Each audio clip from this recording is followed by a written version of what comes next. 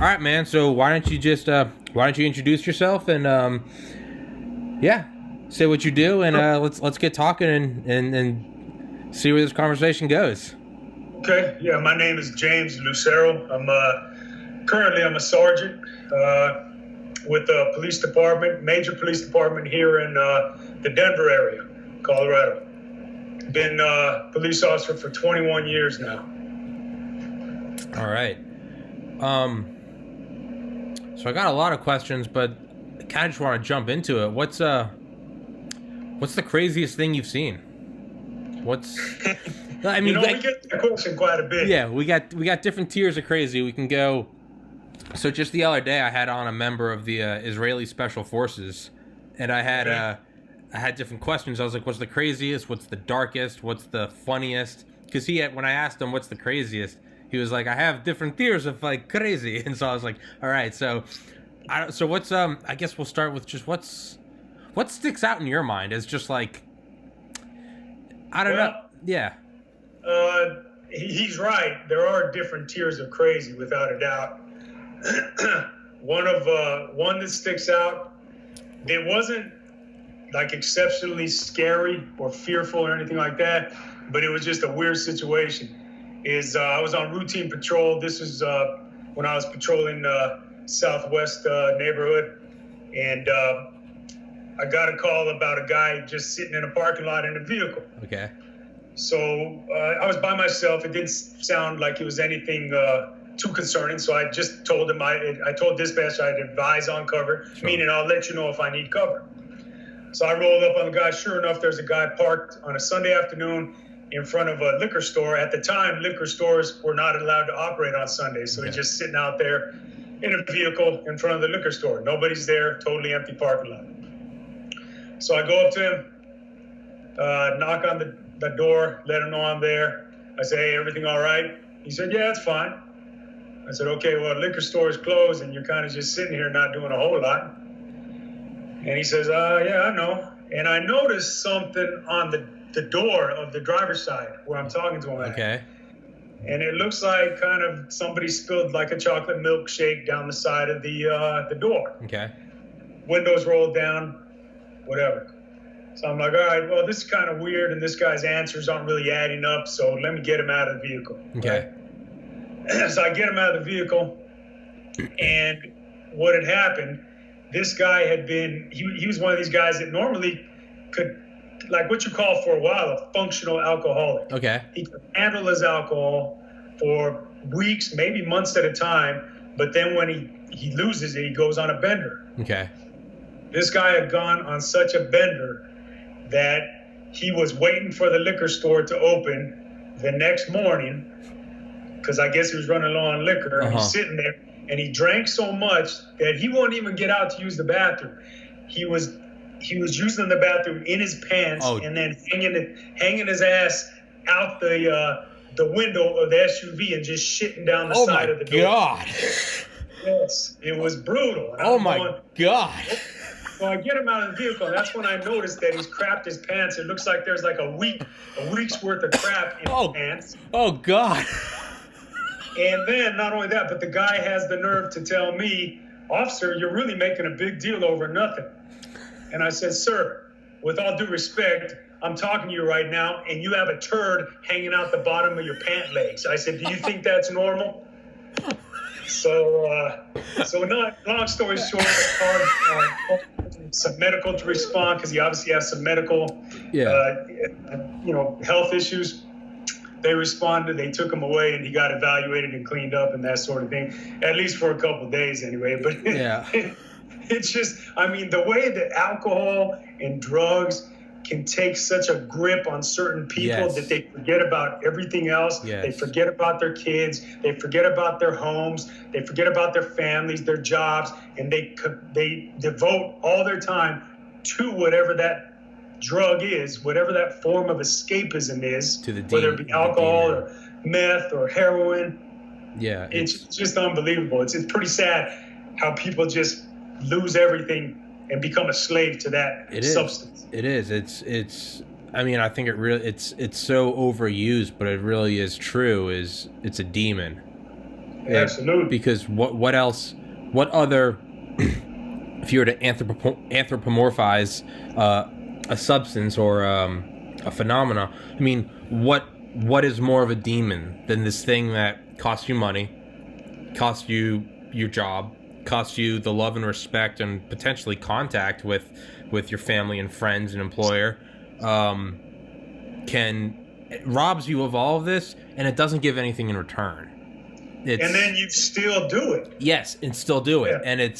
And if you don't do it, you feel worse than you've ever felt in your life. It sucks. I mean, it really, and I mean, I can understand the argument against that term. Don't call it a demon, because that kind of takes away the responsibility. But I mean, at a certain point, it is, like you said, unless you're mentally ill, and I don't say that in like trying to be funny. I mean, unless you're mentally ill, like, what else leads you to sitting in a car in a parking lot on a Sunday, covered in your own excrement? Right. It's sad.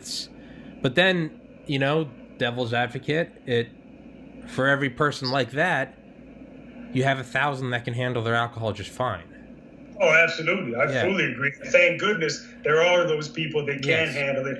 As a matter of fact, the explanation or the story I just gave you, that's an example of somebody, in my opinion, because when I deal with people day in and day out, that's what this business is, police work. It's the business of dealing with people, trying to resolve their problems, help them resolve their problems. I try to drill down to like the root causes of what I'm dealing with. Yeah. Whenever I run into somebody that's under the power of like a substance to that degree, it's usually some sort of an escapism for them. Yes. For instance, I'll give you another example.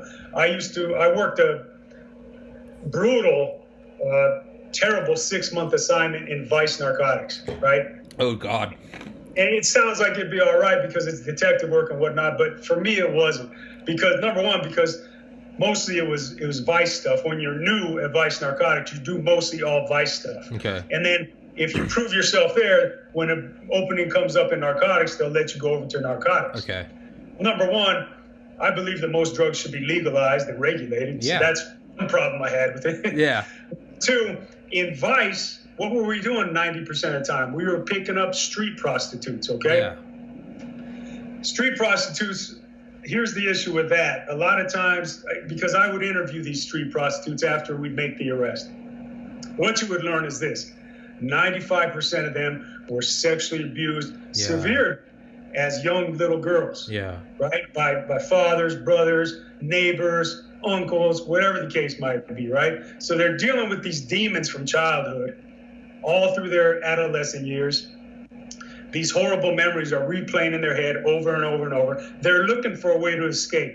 So they get old enough, they start drinking, they start using drugs, things of that nature. Why? Because they're trying to escape these horrible memories from when they were little kids, right? Some people can cope with it and find other positive coping mechanisms. Some people don't. They resort to drugs and alcohol, right? So the issue with doing vice is that we're further victimizing victims, children at one time, right? Yeah. The Johns, they typically don't get caught a lot of times. Yeah. So they're on their merry way, or they just have normal lives, so a little ticket to them ain't nothing. Yeah. But these females, we're arresting them, we're putting them in jail, and we're causing more grief in their life when all they're trying to do is cope with the horrible thing that happened to them that they have no control over when they were kids. Yeah. It just didn't add up for me, man. Yeah, I mean, it makes sense. I'm in complete agreement with you. I think the vast majority of drugs and really activity should be legal, because the way I look at it is, look, like if you try to take away the Second Amendment, you're not getting rid of guns. They're just going underground and they're unregulated. You try to get rid of abortion, they're not going away. They're going to alleys with hangers, or they're going to black market clinics. Right. You try to get. I mean, I went to private Catholic school for 12 years. All right, we got something in common. Yeah. Drilled into us when we were little. But what's the one thing that, abstinence. Now, I was a loser. I couldn't get laid, but You know, all my friends, there was no, it obviously no one's gonna follow abstinence, and it was just, but it wasn't like abstinence, but you know, whatever you want, however they could word it, you know, if you slip up in the eyes of the Lord, here's what you should do. There was just none. There was no wear condoms. There was no use contraceptives. There was no pull out. There was no here's when you should and shouldn't have sex on, you know, on your period. It was just don't do it, and because of that, it still happened all the time, and there were pregnancies, and it was like, so I think if you just try to do this authoritarian, almost for lack of a better way to phrase it, North Korean approach of just total top-down suppression, it just bubbles up, but in worse and worse ways. Absolutely. It's now obviously I don't have experience with this, you do, but it's like drugs and alcohol, or like you're gonna get it, you know. I probably drank more between the ages of 18 and 21 than I have from 21 to 29. You're gonna get it. Same with marijuana. I feel like you're putting it in the, not only are you making it unregulated and it's more dangerous, and you're turning criminals out of otherwise decent normal people, you know. You might, I don't do anything anymore, but you know, maybe instead I like to have a beer on a Friday or smoke a joint, you know. Maybe Bob over there likes to do an 8-ball, but if he's in his apartment Friday night and he's just doing an 8-ball and jacking off, like, who cares, you know? He goes back to work on Monday and he's a wonderful, you know, he's a brilliant whatever. He manages a massive construction company. Like, who cares? But now you're taking that guy and you're saying you're a criminal, and he's not going to stop. He's going to exercise his own, you know, free will to do what he wants. I'm going on a rant. I'm not letting you talk. How do you think this should be approached with legalization? Because you're in Colorado, you've seen the legalization of pot. How has that affected what you've seen? If you look at what some of the studies show, as well, what all of the studies show, there's been a couple of major studies. Adolescent use has actually declined, and I think it's because of kind of something you touched on just now. You know, there was a more authoritarian approach to pot use prior.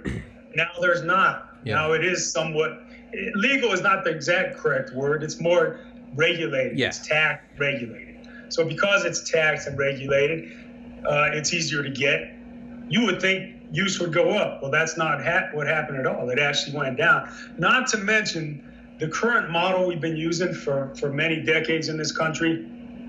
The fact is it's unsustainable. Mm-hmm. It's flat out unsustainable. Unless you and I want to see our tax revenue rise. In other words, we're going to be paying more in taxes. Why? To build more prisons, to put more people in prison.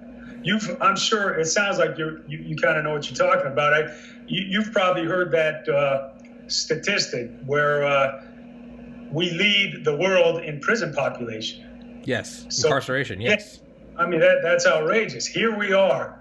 We are, we base our existence of this country on freedom. Yes. Yes. But we're putting people in prison more than any other country on earth. Russia, China, yeah.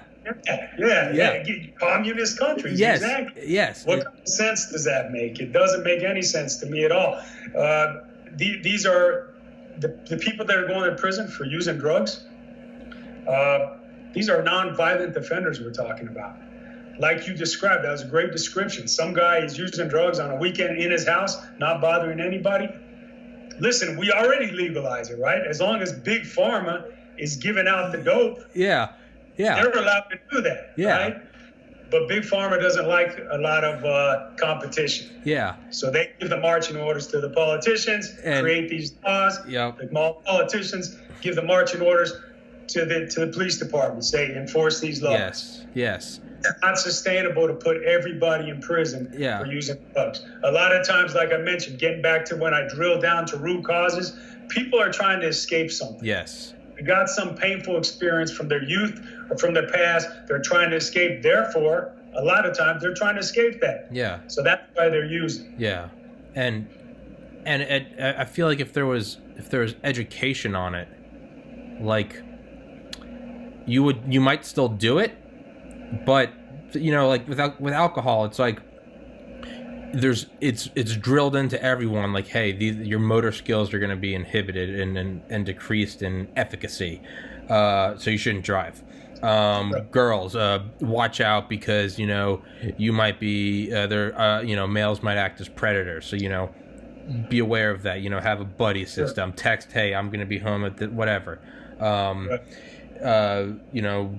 If your friend is too drunk, put them on their side, because they could vomit, and they could aspirate their vomit, and they could die. There's still tons of deaths from alcohol, but we have no idea of just how bad it could be if it was just this, this demon drink that you could get on the weed, or like prohibition, you could just get.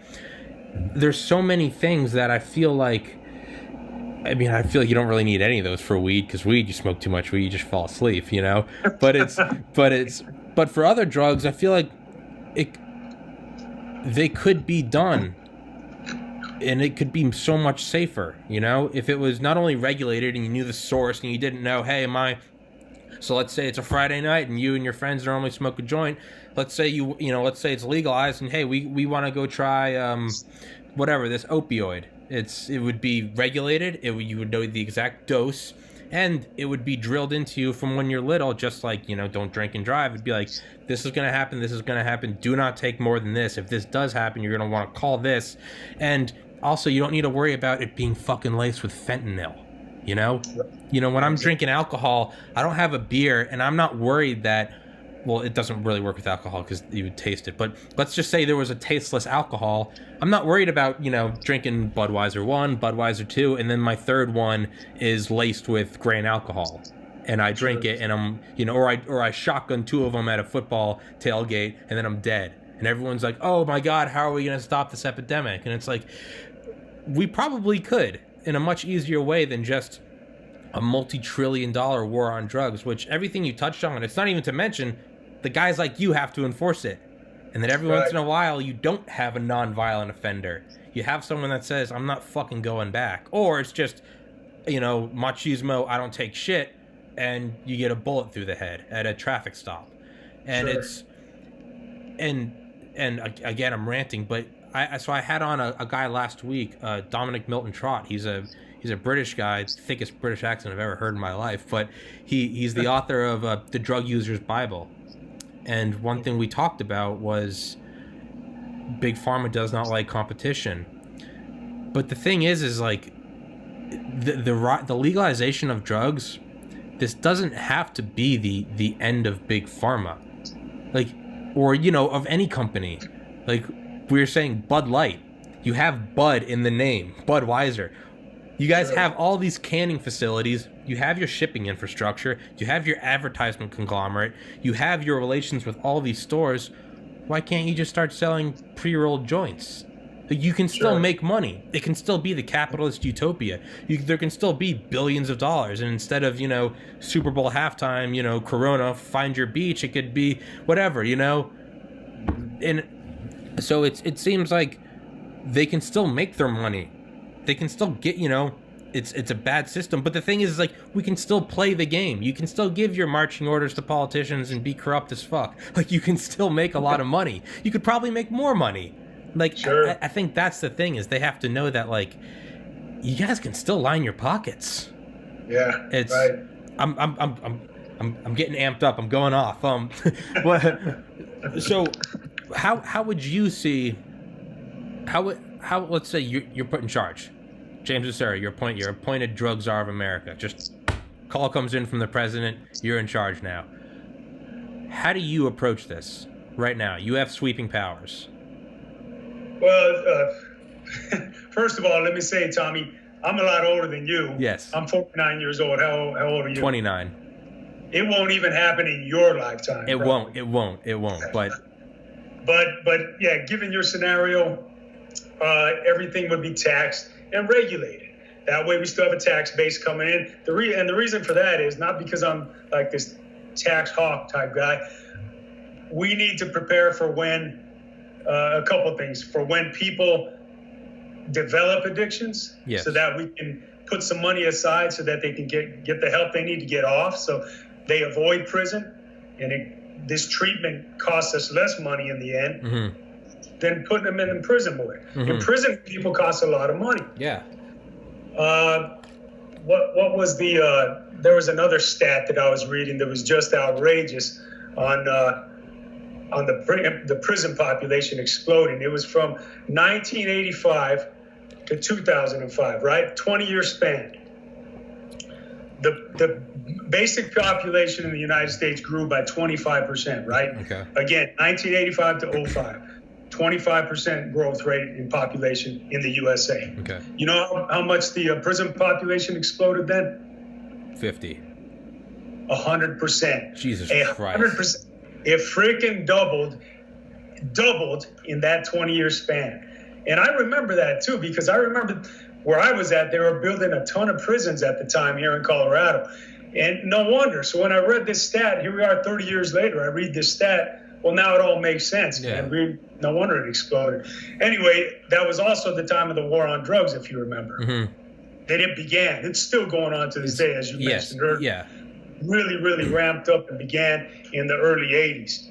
And we were putting everybody in prison. Well, that needs to stop. Like I mentioned earlier, it's just flat out unsustainable, and nobody likes paying more in taxes, myself included, majority of Americans included. It's just not fair, because who do they tax? They tax the middle class guys. Super wealthy don't pay taxes. Yeah. Super broke don't pay taxes. Yeah. It's middle class, what's left of the middle class here in America, that pays all the taxes. Yeah. So we get the brunt of it.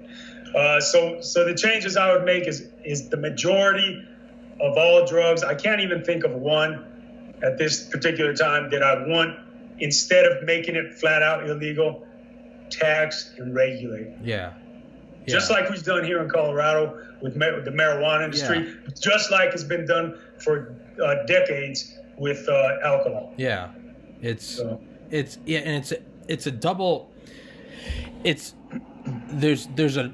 The amount of revenue the country would make, and like you said, it's not some we can tax, because no, I'm with you. I'm not about that. But the reality is so we're already spending all this money on drug enforcement. So if you were no longer enforcing it, not only would you right off the bat, you don't have to spend any of that money. There's a massive chunk of money you don't spend. You could also not just not spend it, you could then make all of the money that off taxes. Like let's say we ban alcohol today. How much money are we going to have to spend on special units that go out and bust all of this? And not only that, how much money are you not making on every Friday when, whether you're buying a $300 bottle of, imported vodka, or whether you and your shithead buddies are just going out and getting some Natty Light or, Steel Can Reserve or something. But you're still paying taxes and revenue. And when you put all these people in jail, there it happens again. All these people are not only not working and contributing to the economy, they cost money, because we have them in there. You have to give them. I mean, we're not a barbaric nation. You got it. They have to have healthcare. They have to have food. They have to, have these opportunities.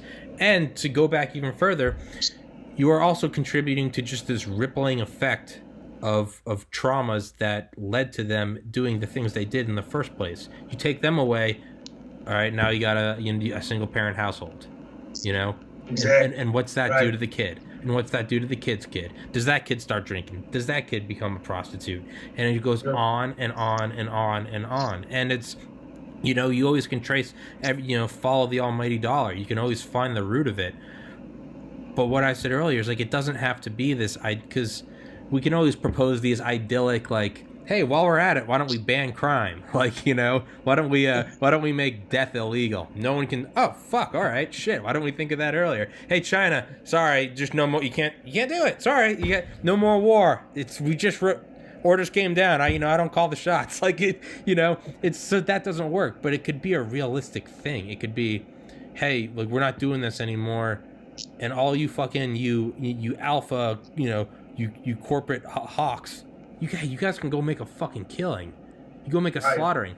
Everyone that's lobbying to keep pot illegal, all these private prisons, dude, the same massive corporations that fund this stuff, dude, you can still make build rehab centers.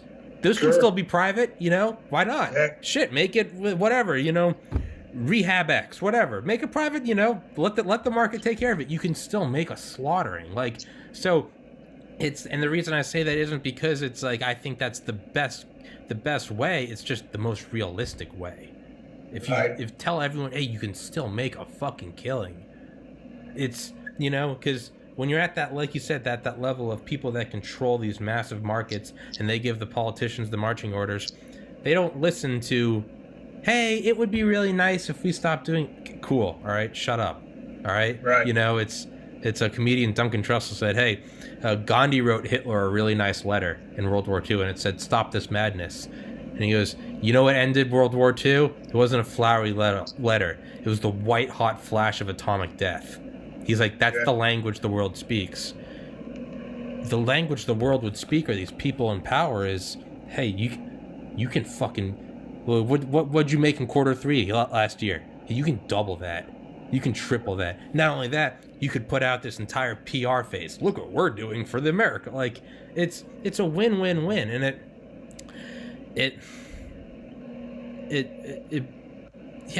but you wonder, why isn't that happening? What's your take? Why isn't that happening? A couple major reasons. In general, the human species just does not like change. Yeah. And the older we get, the more we become that way. And I'm not talking about myself, because I've conditioned myself to try to embrace change, because it's going to happen regardless, most likely. But people don't like change. And then people have also been conditioned to believe in a certain manner. So if we've been conditioned to believe this certain set of politicians, right, and hang on every word that they say, we're never going to engage in critical thinking. Yeah. Because right now I'm thinking, this politician who I see as a king, who I see as my master, he says to think this way, so I'm going to think this way. Yeah. Nobody engages in critical thinking anymore, or very few people, and actually think, wait a minute, is this policy good? Is it going to benefit me? Is it going to benefit society?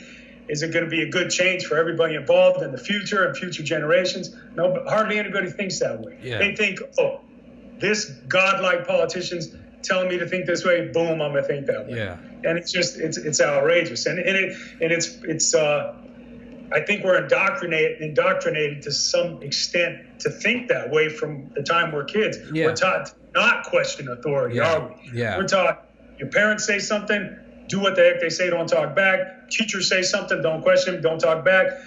Anybody in authority, coaches, whatever, ministers, preachers, we never talk back. Yeah. And then we become adults, and some of us maintain that mentality, and others of us, like myself, possibly you, are like, you know what? F that, dude. Yeah. I'm going to question everything that comes my way now. Yeah. You know? Yeah.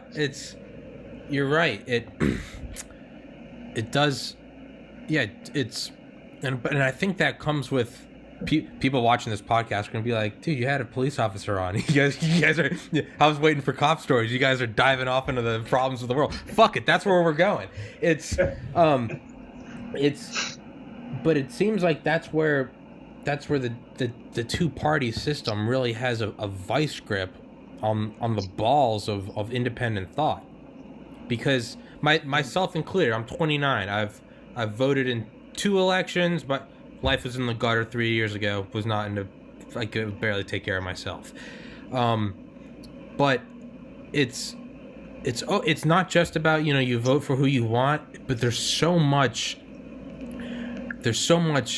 the other side is wrong. Like, let's prove and it's so easy for me to sit back and, oh, you guys are childish. Like, because it's always easy to shit on something without offering a solution. But so much of it is just, it's very sports-like. My guy won. Okay, he did something I don't like. Your guy sucks. I'm from New England. I don't watch a lot of sports, but still, even that, Tom Brady, 6 Super Bowl rings. Maybe he deflated some, but whatever. 6 Super Bowl rings. Yeah, but spike. It doesn't matter. 6 Super Bowl rings. Your guy sucks, but I'm not critically going, well, what else is he doing? One of the Patriots went to jail for murder. You're not bringing that up, Tommy. Yeah, but whatever. You guys suck. You can't win a Super. And you're not.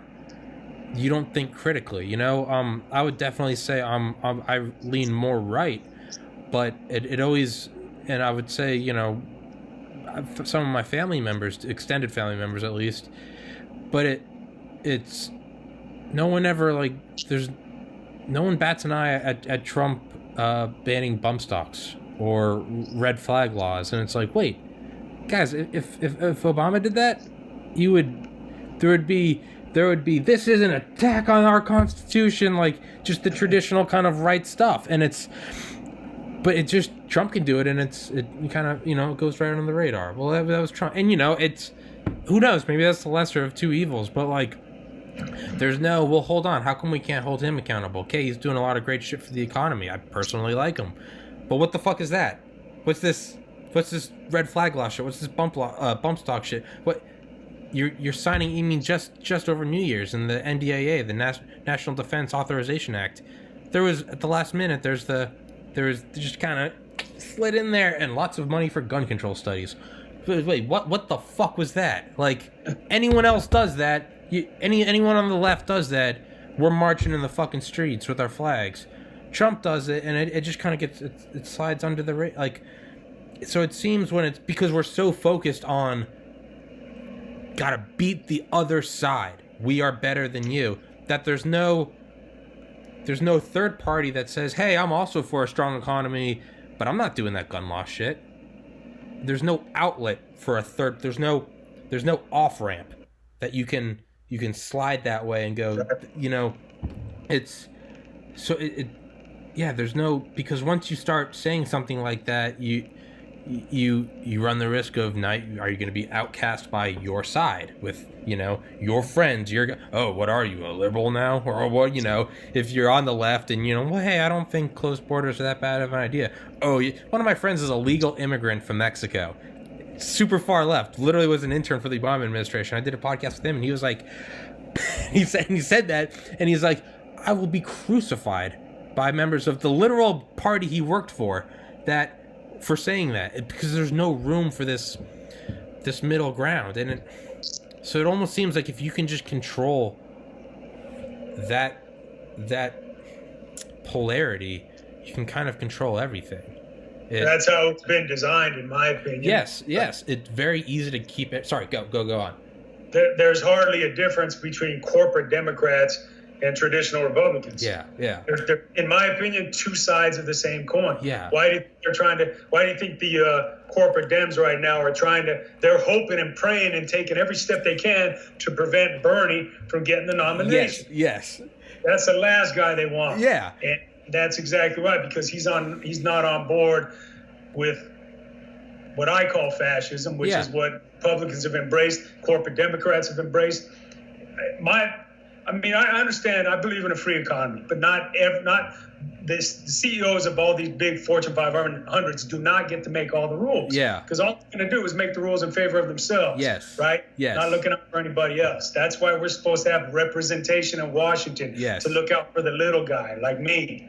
You know, it just doesn't happen very often. No, it's and the funny thing is not funny, but what people don't understand is, like, you know, we can't have socialism. We got to have the super free. But no one understands is at the level of defense contractors, it's pure fucking socialism. Oh yeah. When we hit fighter jets, new tanks, spy satellites, tank bailouts, auto industry bailouts. Yes, it's farmer bailouts. Yeah, yes. It's no one bats. It's not only is that like, okay, well, it's not totally free. No, it's the complete opposite. But it's almost like, because it's with F-22 Raptors and Apaches and M1 Abrams tanks, there's almost this sort of like, it's just like, well, what do you mean, rah? It's, it's to get, so for instance, for the F-22 or the YF-23, to do these things, they all get this sort of guaranteed you're going to get some money. And whoever wins the contracts, they still have to chop up pieces of it and say, okay, Lockheed Martin, you won this. Northrop Grumman's going to produce the wheels. Raytheon's going to do the cockpit. General Atomics, they're going to do the guns. And that doesn't happen anywhere else. Anywhere else, it's, hey, they won. Free market decided. But with them, it's and what's the logic? Well, we can't have just one company winning and all the others failing. And it's like, but hey, can't apply that to the American person. You got to apply it to the huge defense corporations, but you can't apply it to the American. So it's, I don't know. So if it seems so logical that these drugs go completely backwards, that these drugs should be legal and regulated, and it's not being done. Even when they're not stupid. If I can come to the conclusion, if you and I can sit here bullshitting and say, hey, you could make money off of it, then they've realized that, and they've realized that decades ago. Then why isn't it happening? Tinfoil hat. It almost seems like it's because it's an easier way to keep everyone divided, to keep us in a state of turmoil, to keep us bickering about shit that doesn't matter. What do you think about that? It could be that as well. I think to some extent, I mentioned earlier that a lot of people don't like change. I think what they're thinking is that also if that happened, it would open up the market a little bit, and they'd be afraid that they won't be able to charge what they charge right now for their limited supply, since it would open up the market a little bit. So I think that's a little bit of it as well. It's probably going to be the way it is for many, many decades until people finally wake up and realize this system is just flat out unsustainable. Unless you want higher taxes and you enjoy higher taxes, it's unsustainable. Yeah. And so how do you feel about the idea that legalizing it would also, what word am I looking for? It would starve the cartels. It would starve cartels in Mexico of funding. How accurate do you think is that? Is that just my idyllic view, or because the drugs get in, money's being made? Yeah, they definitely get in, and they'll always be able to get in. I don't care how many walls you build. And I'm actually, I'm not opposed to a wall. Go ahead and build a wall. Yeah. That's fine. But the majority on the left are not opposed to well, I would say they're opposed to a wall. They're not an open borders like has been described. Yeah. They're about legal immigration. Yeah. And they're saying come on in, but let's all do it legally. They're not just saying open the borders and come on in, everybody. Yeah. I think regardless, drugs are going to make it across the border. I think that's always something we're going to have to contend with. And I think when drugs do get legalized to the point where they're taxed and regulated at every single level, I think we'll still have drugs coming across the border. Yeah. Only reason I say that is because people will be able to buy those drugs from across the border at a cheaper cost. Yeah. Or we get them legally. Yeah. So it'll be reduced, and the amount will be mitigated, but they'll still be coming across. Yeah. Now, what do you think? What do you think about, and this is an idea, I was about to say, what do you think about the idea, but I realize it's not the idea. It's an idea I've talked about a couple times, so now I'm just accepting it as an idea. Okay. What do you think of an idea that fentanyl is, because a lot of fentanyl comes from China. I'm looking at that as an unorthodox form of warfare. We can't take on the U.S. military, so why don't we hit them somewhere else? It's an unorthodox form of warfare. It's like sometimes dropping bombs is the best way. Sometimes, like all the radio stations the CIA set up in the Eastern Bloc nations in the 60s, 70s, and 80s, sometimes ham radio or some pro-American pamphlets will do a lot more damage than bombs. It's so I'm just looking at it as like, warfare. It's all bets are off. And you're the China's still a huge military. It doesn't hold a fucking candle to the U.S. What better way than why don't we slip some shit across the border? You kill people. You got people addicted. You're ruining lives, which has a ripple effect. You have people like yourself who have to enforce it and could become disillusioned with it. You're pumping more people into the prison systems. You're doing all of this, but is that not, albeit not as effective or as quick as a thermonuclear warhead, but is that not a way to?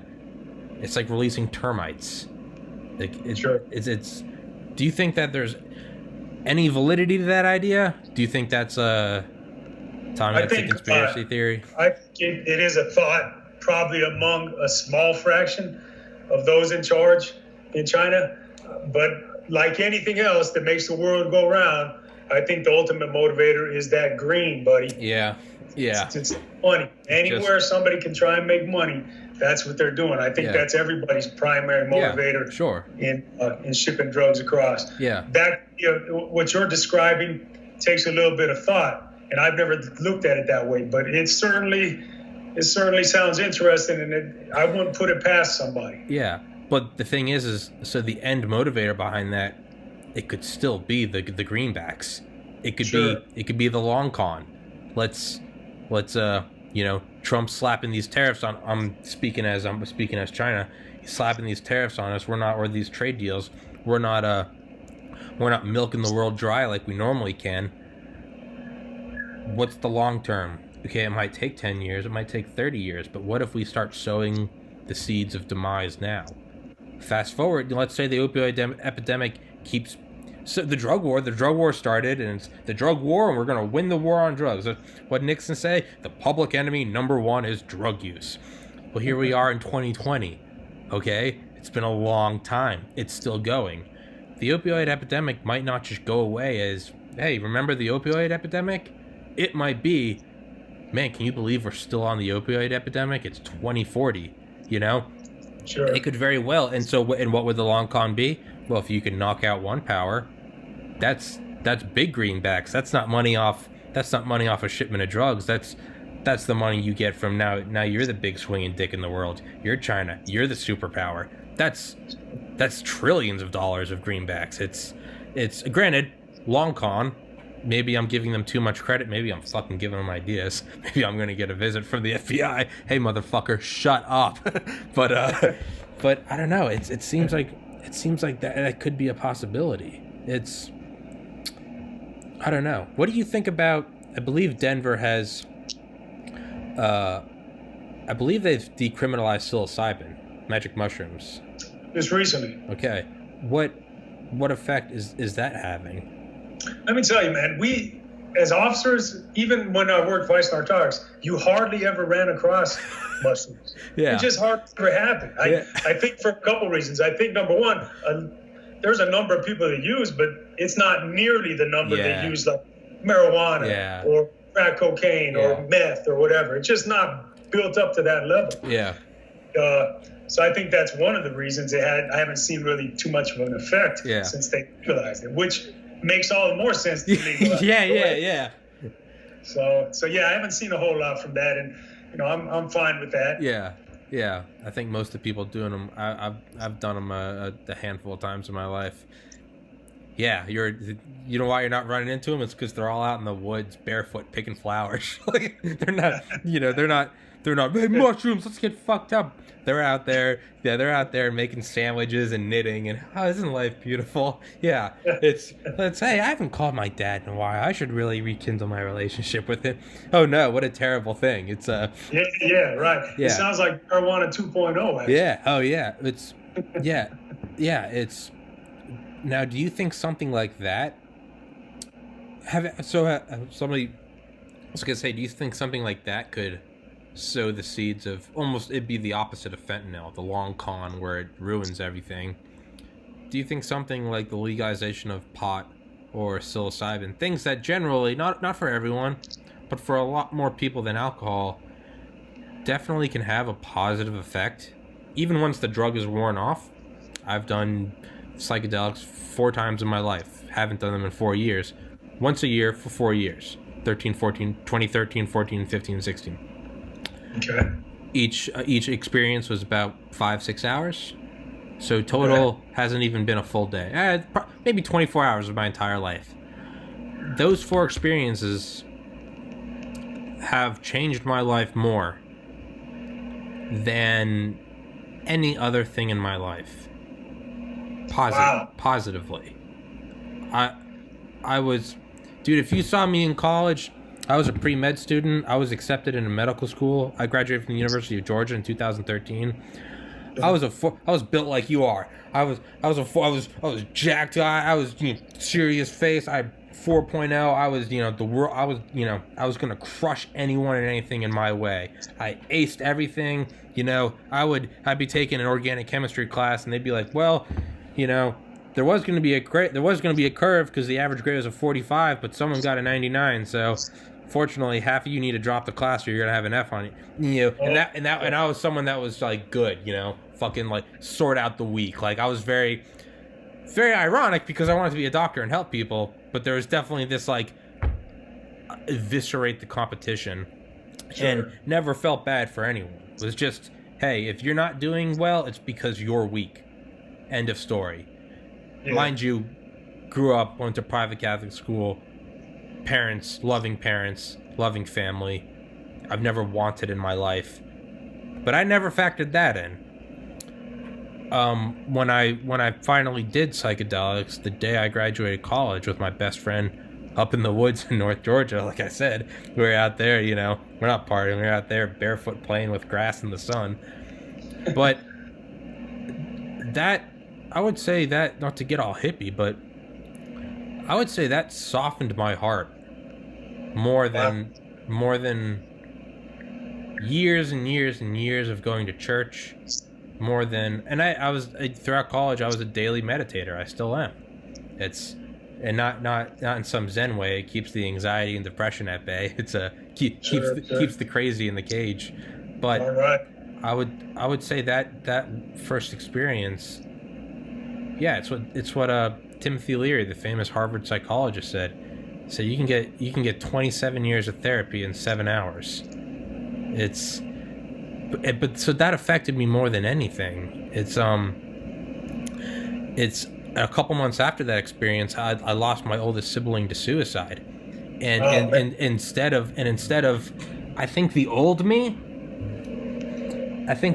would have, whatever. I think it would have really hurt, but I would have just buckled down and gone forward twice as hard. What I did after that was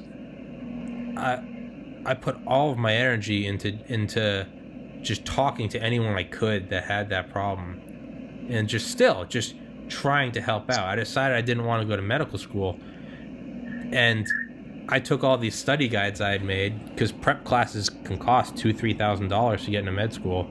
I torrented all that shit. I scanned it, made my own study guides.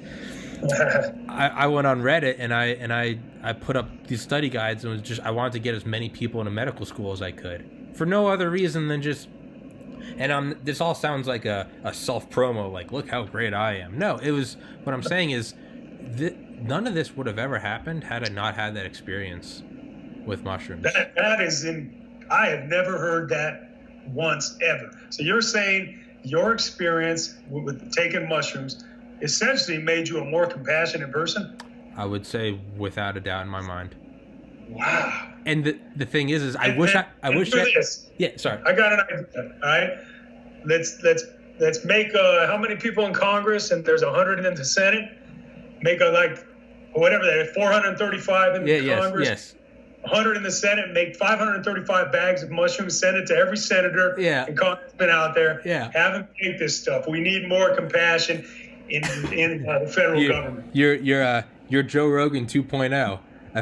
I first started listening to Joe Rogan in 2011, but I remember one of the things and this is, mind you, on the drug war, the reason why I didn't do these for so long was I was someone that meditated, and I loved bliss and inner peace, and when I'd come out of a meditation, I'd be very compassionate for like 3-4 minutes until it wore off, and then it was, fuck you, I gotta get an A, you're in my way, you're a target, that's all you are. It was just eviscerate the competition. But I remember I used to listen to Joe Rogan, and actually I would say Joe Rogan is on par with psychedelics in terms of affecting me. He's an insidious motherfucker. But okay. I used to hear him, but he would always say, like, psychedelics have improved his life so much. But I listened to him more because normally when I would have friends that would say you need to do psychedelics, they'd be a little overweight, they'd maybe a little more unkempt, and I was like, that's not what I want to be. I want to be a fucking killer. And so I was just like, that's what psychedelics do to you. But hearing Joe Rogan say this, and I'd be looking at him, and I'd be like, again, this is before his podcast was like huge, but it was big enough to get to me. So this was 2011, 2012. But I was like, here's this dude who at the time was already a millionaire. You know, he's this hard as fuck, you know, UFC guy. He's, you know, he's not this pussy. He's just, you know, he's this bald, tattoo arms, just machine. And I was like, well, here's this guy saying it made him compassionate. And I remember, but what he used to say was, he said, we need to get all the leaders of America. We need to put them in a fucking like stadium, put them out on the field, you know, play some music, and give them all mushrooms and lock the doors. and he'd be like, and everyone that hears that laughs, but he'd be like, what would do it better? Because clearly we haven't figured it out yet. In 235, 230, however long we've 254. Jesus Christ, 200. However long this the 1776. I can't do math. 244 years, and you know, to 10,000 BC till now. Hey, we still haven't figured out peace. Clearly, there's got to be a different way to do it, and I think you just hit the nail on the head. Yeah, we need 535 bags of mushrooms. All those motherfuckers got to sit in a room. You know, no live mics. Hey, we're not going to ruin your political career, but just you guys have one day off and come back. Yeah. I think you would. I think the world would be better for it. Absolutely. This world, this country, but not just this country, because really it's kind of a worldwide problem. Yeah. This, you know, in particular, implodes, man, when we don't consider the plight of others. Yes. And we don't take into consideration, you know, the less fortunate in the world that may not have been lucky enough to have parents that made decent money, to be born into families that lived at above a poverty lines, to get the things you need to be successful in life. To survive. To survive, exactly. That's one thing I always think of is I feel like the legalization of psychedelics, I feel like that could be the thing that works. And this is how I think it's going to happen. Is, you know, like you said, Big Pharma doesn't like competition. So even when, you know, that's why they're against they're not against THC as a drug. Clearly it works. They're against it because they can't copyright it or patent it. So when they come out with their own formulations, that's when you start seeing it being sold. Mm-hmm. I think what's going to happen is, so, you know, psychedelics, you know, why take daily Zoloft or Wellbutrin or Effexor for the rest of your life when you could take psilocybin once a year for a couple years and you're finished. It's no kidding. Seriously. So what I think is they're gonna go, let's get our hands on that, and we'll make psilocybex trademark, you know, and we can sell it. And all right, whatever, it'll be sold. But right now, and in college, you know, sure, you may not have a prescription or something, but during finals week, you can go on campus, take 5 minutes walking around. You will be able to find someone who does have a prescription to Adderall, Vyvanse, Ritalin, whatever, Concerta, Focalin, whatever. You need it, you got it. You can get it. And once finals are over, hey, you can go find anything else. You want some acid? You want some... When I finally decided to do mushrooms, it took about 7 hours to find it. to find it. Literally to find it. And I wasn't even like a guy in college that did all this shit. So like a dummy like me could just navigate a couple phone numbers and, you know, a couple hours later I got a Ziploc bag of this weird dried up cow shit looking stuff. Like, but it can happen. So what I think is going to happen is you're going to have psilocybex trademark from GlaxoSmithKline. You know, you're going to have your commercials, your side effects may include, you know, loving your neighbor and blah. You have all the old people holding hands running through a field of grain, you know, whatever the fuck the pharmaceutical commercial is.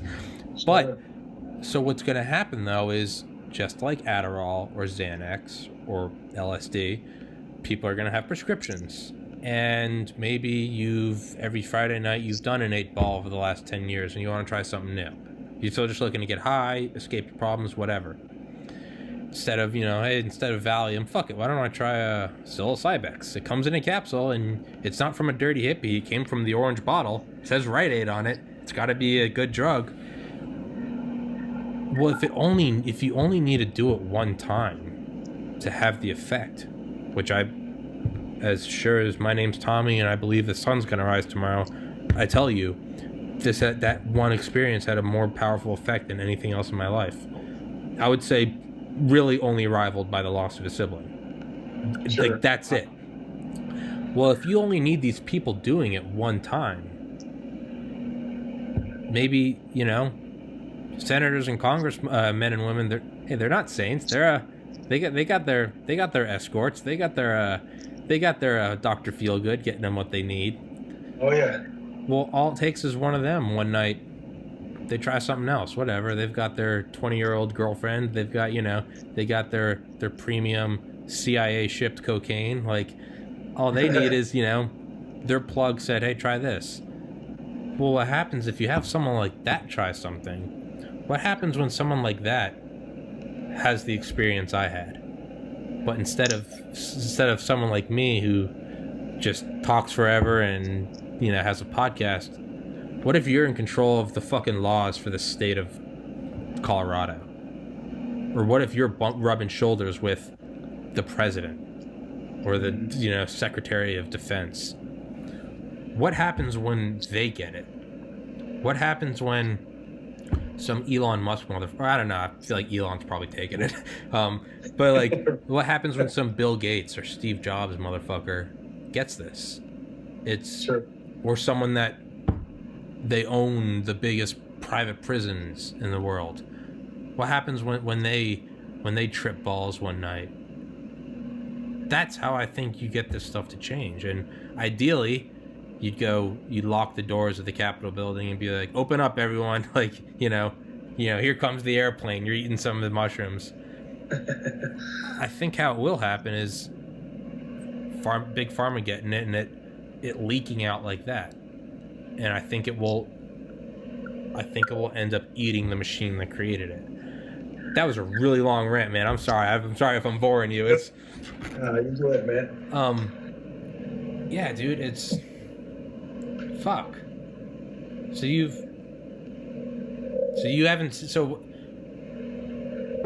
maybe we can address this. What effect have you seen of legalized marijuana? Because psilocybin, it's been decriminalized for too small a time. I don't think there'd be any effects yet. But aside from the, what we talked about, the revenue, less people in jail, blah, blah, blah, what have you seen just in general, your day-to-day experience? We used to deal with marijuana offenders on a daily basis. Mm-hmm. And it took a lot of time and energy and a lot of resources. And if you look at your more forward-looking chiefs, your more forward-thinking chiefs, they're trying to get cops out of the equation where cops shouldn't be, mm-hmm. right? There's certain scenarios and what people are dealing with where cops should not be part of that equation. Yeah. So that's something cops should have never been in to begin with. Yeah. So, well, guess what? We got all this time, and we're still busy as hell. Don't get me wrong. We're still going call to call.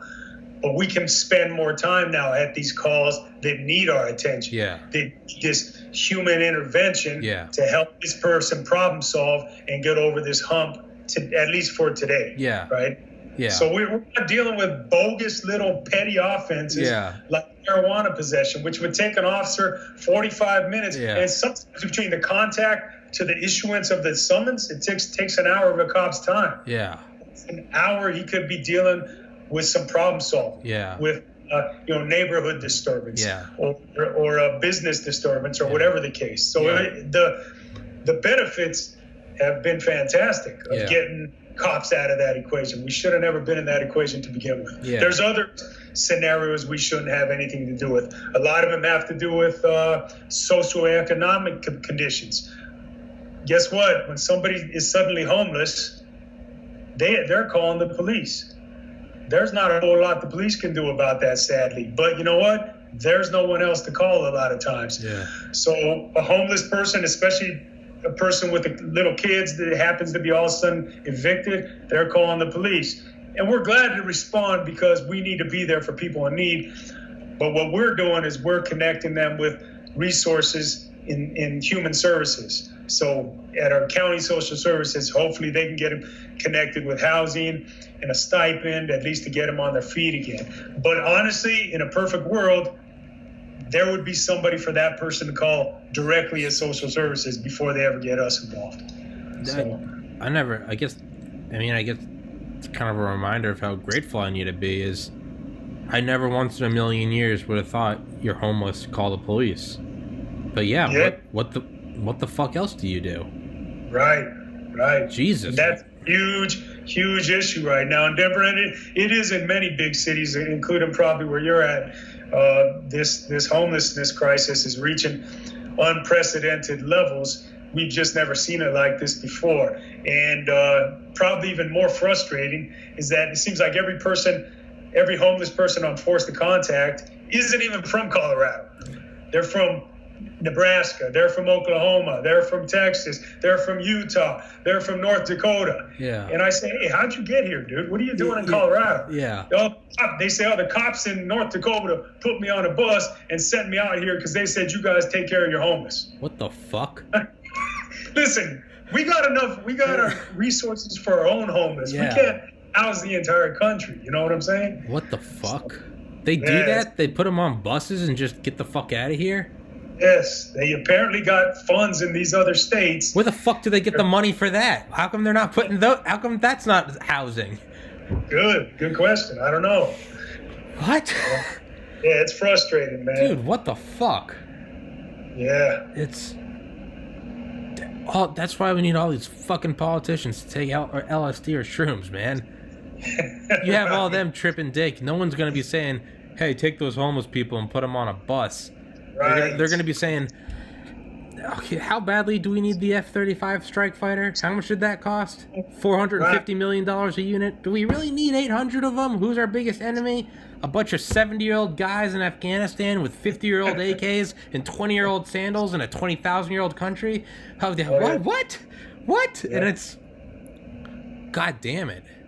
Sure enough. What? Shit. It's a never-ending problem, let me tell you. Yeah. And as much as we have a handful of local politicians trying to address and correct and resolve that issue, the homeless issue, it just seems to get worse. Yeah. I mean, we got buildings going up that house the homeless. Yeah. But let me give you another example of some things I've encountered. Yeah. And that in 1955, there were... You remember you know what psychiatric hospitals are, right? Yeah. Those used to be a big deal back then, and they were up until like Reagan's time. Yeah, Reagan, yeah. And at the time, 1955, you had 450,000 people in psychiatric hospitals. Okay. Now, these are your chronic people that just cannot live by themselves. Can't function. They can't feed themselves. They can't think right. They have serious mental health problems, which requires them to live in a controlled environment, such as a psychiatric hospital. Again, 450,000. In the year 2018, we got 45,000 people living in psychiatric hospitals. Now, our population is don't forget, but we only have 45,000. Here's what we've been trying to do with them. I'll give you an example. I went on a call, this is about a year ago, on a welfare check to go check on this person. They, without a doubt, in my mind, should be in a psychiatric hospital. So I go check on him at his house. So the city gets him this little apartment. It's in a city-owned building. It's a brand new building, real nice building. And they say, here's your apartment. You don't have to pay any rent, but hopefully we'll get you a job. You can maintain the job and at least take care of your daily living expenses like food and things of that nature. So apparently, I was talking to a social worker. Apparently he does well for about the first few months, right? Okay. And then he all of a sudden stops contacting her, quits his job. She hasn't heard from him. He won't answer the door. All right, well, let's see what's going on. I go with her up to his apartment. Knock, knock, knock. No answer. Knock, knock, knock. No answer. Get a hold of the manager. Say, hey, we want to do a welfare check on this party. We want to make sure he's okay. Open the door. Finally, he hears us opening the door. He knows we're going to come to the door, right? So he kind of freaks out. Okay, I'll open the door. He opens the door. And I just looked in. I never went in. I wasn't going to go in. in numerous piles throughout the line. It's a little tiny apartment. It's not very big, but in numerous piles, there's probably like 10 piles of excrement and pee. He has a bathroom right in there, but he's just crapping all over the floor. Yeah. He's still a crap. This is the level that I'm talking about. When somebody's at that level, where their mental health problems are that incapacitating, you're never going to get them on their own. Yeah. So eventually they'll just become homeless and be doing that stuff on the street. Yeah.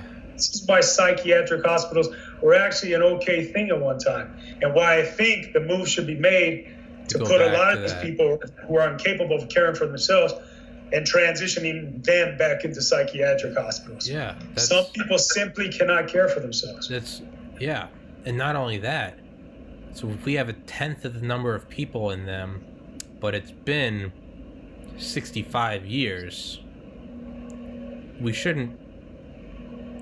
It makes me think of what that statistic you said earlier. The population grew by 25%, but the prison population grew by 100%.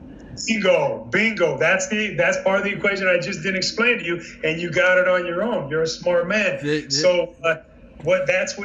part of what caused this population in prison to explode. Yeah. Prison has replaced psychiatric hospitalization. It's equal parts infuriating and heartbreaking. Sure. And I'm glad, Tom, you made that connection, because I hadn't said it, and I'm wondering if people do make that connection, because I explain this to officers in roll call all the time. I'm a sergeant, so I give roll call every day, and like once a week I try to do roll call training. So I'll give a scenario, explain something like I just explained, and I'll see if anybody can make that connection. And if they can, then we're kind of a step ahead to see the problem for what it is. Yeah, it's... God damn it. I mean, that's...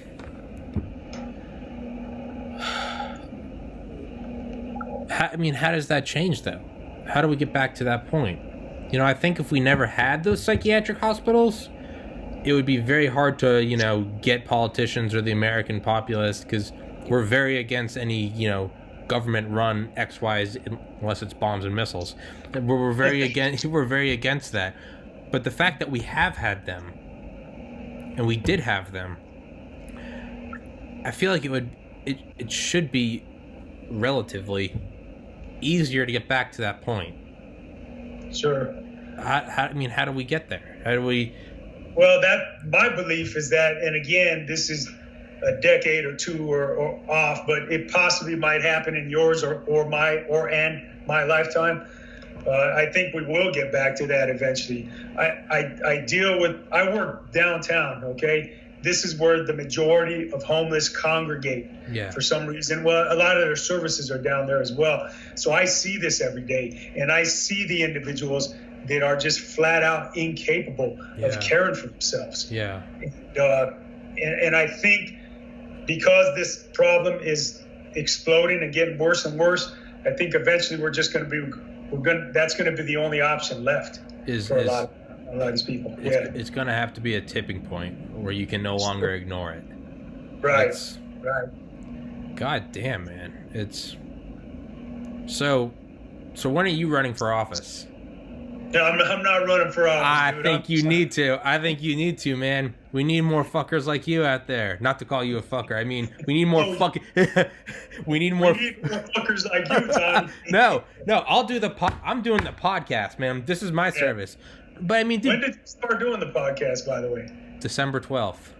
Okay, good for you, man. I'm glad. Anytime I see somebody trying to build something from scratch, which I assume that's what you're doing. It is. I think that's freaking fantastic. I hope you blow up. Thanks, man. I hope you reach as many viewers as Joe Rogan or more. Dude, me too, man. I love. If you can't tell, I talk nonstop, and you're perfect. You're perfect. My best friend I've known since. So he's a weird marker. I've known him since like a month before 9/11. We were in 5th grade, but I remember him, and he's the exact opposite of me. He's the most quiet, never says a word, and he's just very peaceful. I'm more of a let's fucking attack and rip their heads off, and he's like, or not, you know. But but you know, we're like an old married couple. We'll hang out and we'll just do our own thing. But I remember I was hanging out with him in November, and I went up to his place, and we're sitting there talking, just shooting this shit, and I'm, you know, just blah, blah, blah, blah, blah, blah. And I was like, man, I don't know, maybe I should do a podcast. And he looks at me and he goes, dude, you've been doing podcasts your whole life. You haven't been recording them. And he was like, I watch you talk to everyone, dude. He was like, you literally just need to hit record. And then he goes, and then just keep doing exactly what you're doing. He goes, don't change anything. He goes, just keep going. And I was like, all right. So I was like, fuck it, I'll try it. And that's what I've been doing, man. I talk and I try to meet interesting individuals like yourself, and yeah, I don't like to research. I don't like for it to be a candid conversation, like it is. But so what I was gonna say is, so anyone like me can sit here and say what it should be and what it shouldn't, but ultimately I'm 29, and you know, my opinion only holds so much weight. And it's sure, I can sit here and say I took psychedelics and it really helped me, but again, that doesn't hold too much weight. Okay, cool, you did well in college, you got into med school, impressive, sure. People get into med school every year. You're not the best. That happens every year. Okay, you took psychedelics. Okay, I mean, so just taking the devil's advocate, anyone could look at it and be like, okay, cool, you're less of an asshole now. Like, congratulations. Like, you didn't turn into Gandhi, you're just not an asshole anymore. Everyone else isn't an asshole. You don't get an award for not being an asshole.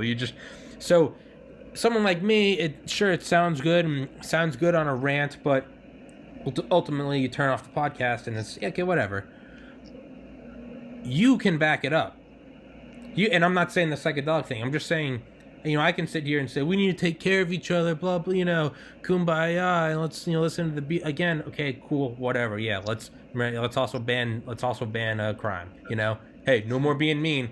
It's a law. Sorry, fuck, shit. All right, Jesus, I didn't think of it that, you know. But you are actually out there, and you're citing statistics. This is the percentage growth. This is what I'm doing. And not only that, you're not just, well, this is the studies and this is the studies, and it's, hey, that sounds great on paper. No, this is what you do. You physically are there. You go to the apartment. You get the manager. You approach the gentleman in the parked car at the liquor store. You have 21 years, and you're not, you know, you didn't get your badge yesterday, and you know, hey, this is how the world's going to change. You know what you're talking about. And you're also, you don't have, it's not this idyllic, I'm going to change. You've been in it for 21 years. All right. It's, if you're going to become, what, I don't even know if there's a correct word. If there's a certain amount of hardening that's going to occur, I feel like it's occurred, you know, it's, you're not wet what's the term, wet behind the ears. You're not, you know, you didn't join yesterday. He like, hey, I'm gonna, you know, but the fact that you have that experience and you have, you know, the knowledge of these statistics and you're literally out there seeing it, there is no one there who else is more equipped to raise a voice about this. So I wasn't being funny. When are you running for office? No, seriously. Who the fuck has better experience than you? I mean, clearly, like him or not, a dude got into the White House primarily because he's not a politician. People are just like, like him or hate him. People are just like, fuck it, let's see what happens. Let's roll the dice, you know? I've done the 8-ball every Friday for 20 years. Let's do some acid. Trump was acid. People are like, fuck it, yeah, I'll put a tab on my tongue. Let's see what happens. Fucking, you know, pull the cord, let it rip. Let's see what happens. Smoke them if you got them. People clearly are sick of the Ivy League, the have never, you know, 100,000-foot view. This is how the nation should be. I read, you know, I have an education in this, and I went here, and this is how society should be. Don't approach me because I have armed guards and I'm worth $100 million, but I know what's right for. No, dude, you're out there and you're seeing everything, and you're clearly down to earth enough to talk to someone like me on a whim. It's yeah. So I'll pose the question again. When are you running for office? Well, Tommy, let me put it to you like this. All right? Because I don't want you to get the wrong impression, dude. When I'm at work, sometimes I feel like a man on an island. Yeah. Okay? There's a lot of cops that are still from that 1970s and 80s mentality, even though they just came on 2 years ago. Okay, it's the weirdest thing. Cop culture continues to breed and breed and breed. Okay. It's very difficult to change. Okay. All right, so cop culture is overly punitive. Let's write as many tickets as we can. Let's jail as many people as you can. No matter how bogus the bullshit we're pulling them over for. Mm-hmm. Let's put people in prison as long as we can. Let's get that extra punch in. Let's get that extra kick in. There's a lot of punitive-minded individuals in police work. Okay. And if you weren't that way coming in, because of the strong culture, you might become that way once you're in. Okay. Okay. That's something you got to fight against. I probably was gravitating towards that direction at one time, a little bit, but there are two main reasons I didn't. Number one, because I'm a small government guy, and when you're acting like that as a cop, when you're overly punitive, when your attitude is, let's put them all in jail and let God sort them out. Yeah. That's big government right there. Yes. That's government in your face. That's overzealousness. And I'm not about that at all. I'm about small government. Mm-hmm. Second reason I think I'm not like that. I came on in 98.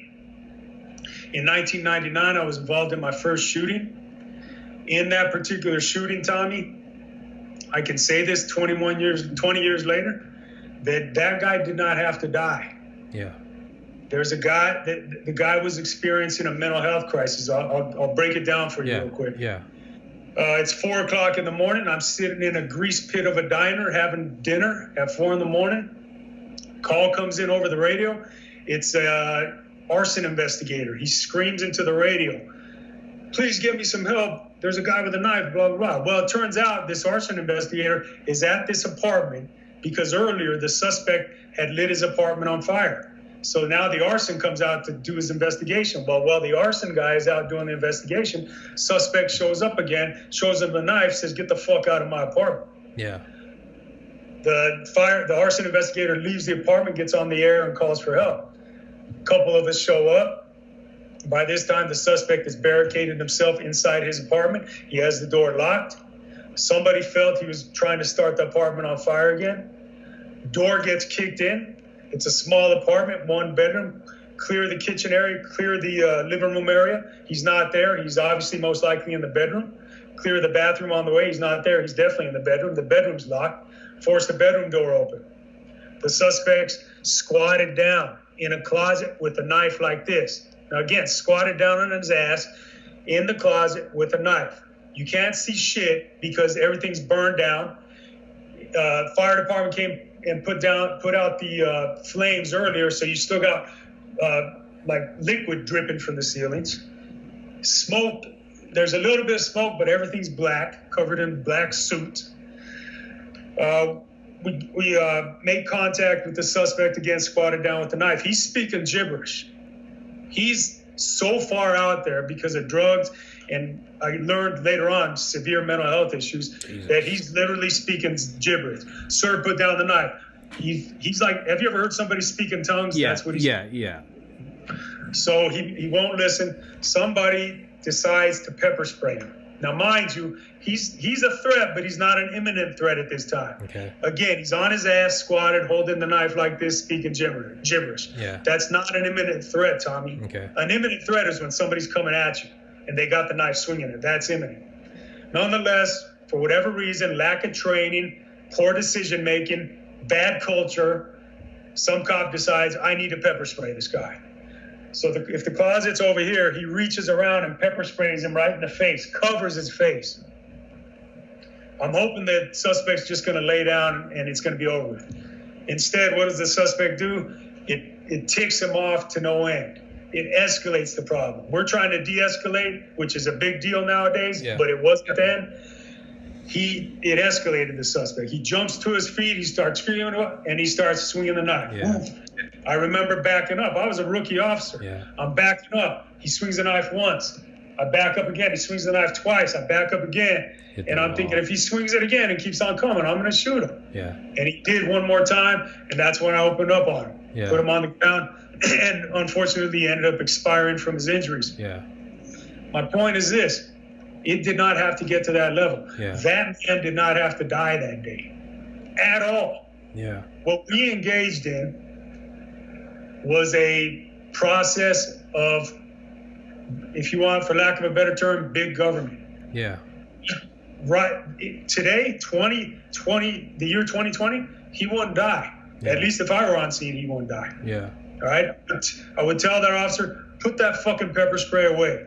We're not doing that. Yeah. And we continue to talk to the subject, hopefully gain his compliance, generate his voluntary compliance, put him in custody, either arrest him if arrest was appropriate, or take him to get some help if that was appropriate. Yeah. But this was in 1999, and de-escalation in 1999 was not stressed. As a matter of fact, the total opposite was stressed in 1999. Aggressive policing in 1999. Overzealous policing, unfair policing, sometimes inappropriate policing, and luckily things are changing now. Yeah. So, what? If you don't mind, and if you don't want me to ask you, we can edit this part out. sure. How has that affected you as a police officer, and just, I mean, as a human being? Well, it's for the longest time. Well, let me back up. So as soon as this happened, you get interviewed. Whenever you kill somebody in the line of duty, they take you to headquarters, and you have to give an interview about what you did, what your actions were, what led up, everything involved in the critical incident. You have to give this interview and let them know. District attorney's office is there in case they're going to charge you with homicide. Homicide investigators are there because they're gathering all the facts. All the chiefs are there because they want to know what's going on. So right as soon as I gave my interview, I had an attorney with me, obviously. I said, listen, I feel bad. I don't feel the guy should have been shot. I certainly don't feel that he deserved to die. Yeah. I said, listen, I want to write a letter to the parents of this guy and let them know that I'm sorry for what happened. Mm-hmm. That it, as far as for my actions, it was unavoidable. The pepper spray part was avoidable, but that wasn't me. It was another officer. I said, but for my actions, I'm sorry about what happened. I want to let him. He said, don't do it. I said, why can't I do it? He said, because you're opening up yourself to litigation. Don't send a letter to the parents. Let them be. They're going to grieve. They're going to be just fine. Just let it be. So I listened to him, unfortunately. I wish I wouldn't have, but I listened to him. So I thought about it off and on for the next 10 years. And it bugged me, but not to a great extent. Well, by the 10th year, it really started bothering me. When I'd be trying to sleep at night, I had a closet right there in my bedroom, and I'd see the guy in the closet, squatted down with a knife in the middle of the night. So it really started bothering me. So then I started trying to meditate a little bit, started studying Stoicism to some extent, which helped a little bit. And then by the 20-year mark, the 20th anniversary of this person dying, I said, you know what? I'm going to fucking do it. And I found the address to his mother. And hold on, Tommy. Yeah. Okay. I found the address to his mother, and I wrote her a letter. Yeah.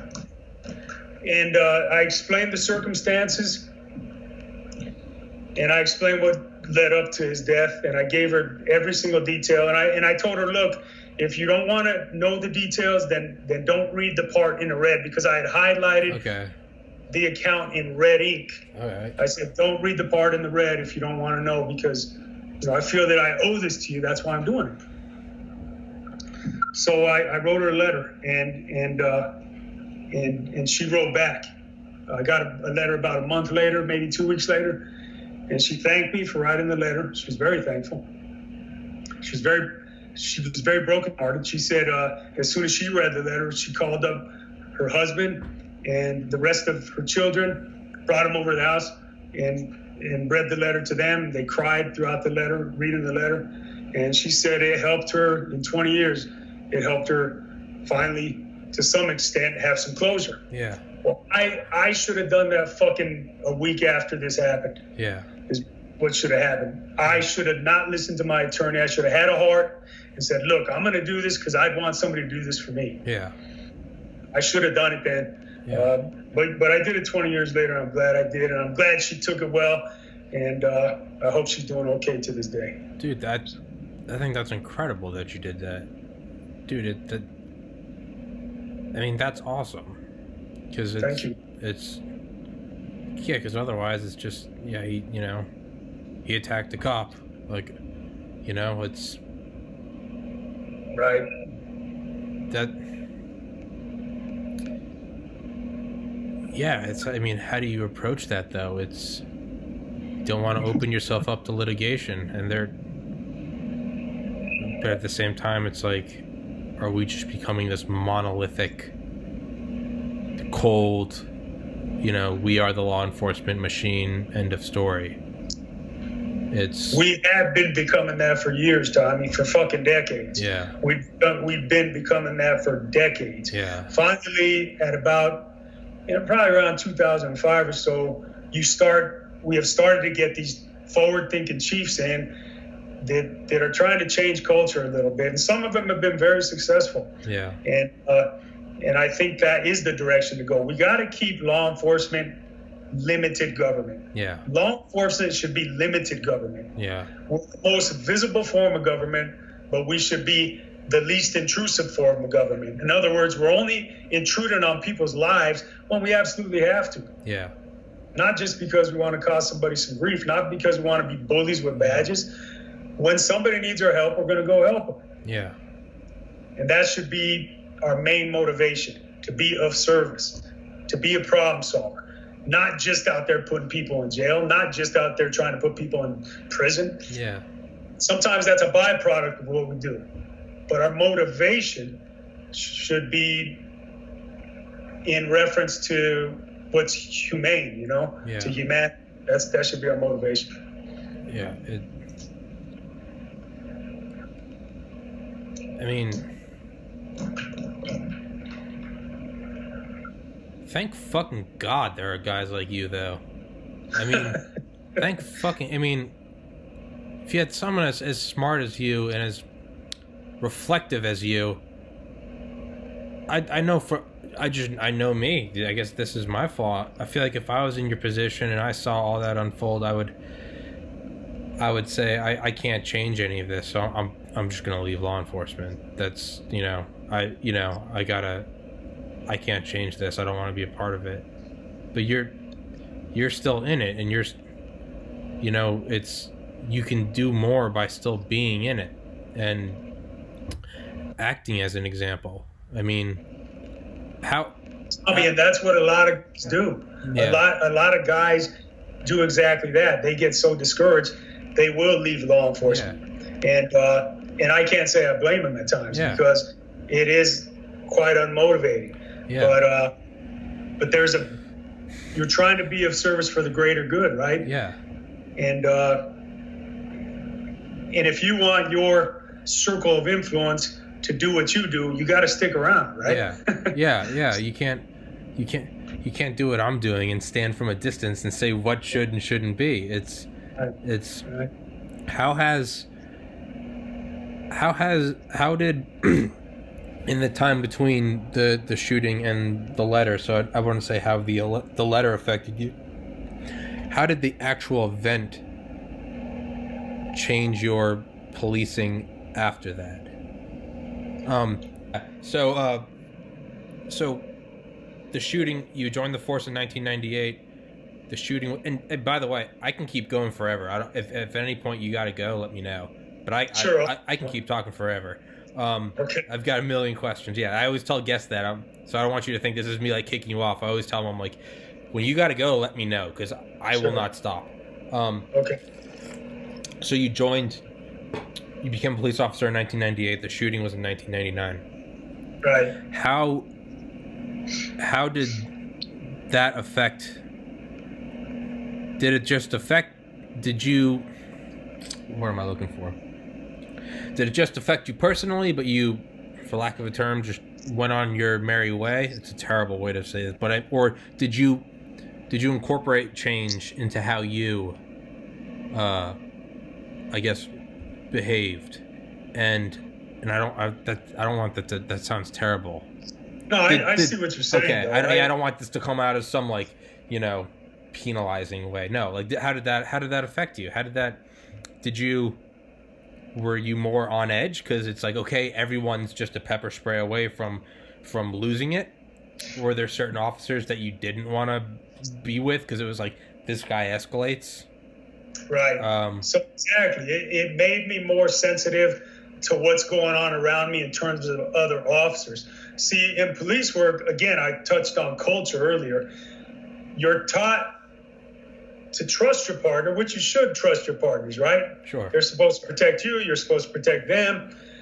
But there's a difference between that and actually trusting everybody's judgment in terms of other officers around you, right? Somebody needs to take the lead. So when I would have kind of hairy situations afterwards, rapidly evolving incidents that had a high degree of danger after that, I would make sure I took the lead. And if somebody was doing something that I disagreed with, I would make sure I intervened. Yeah.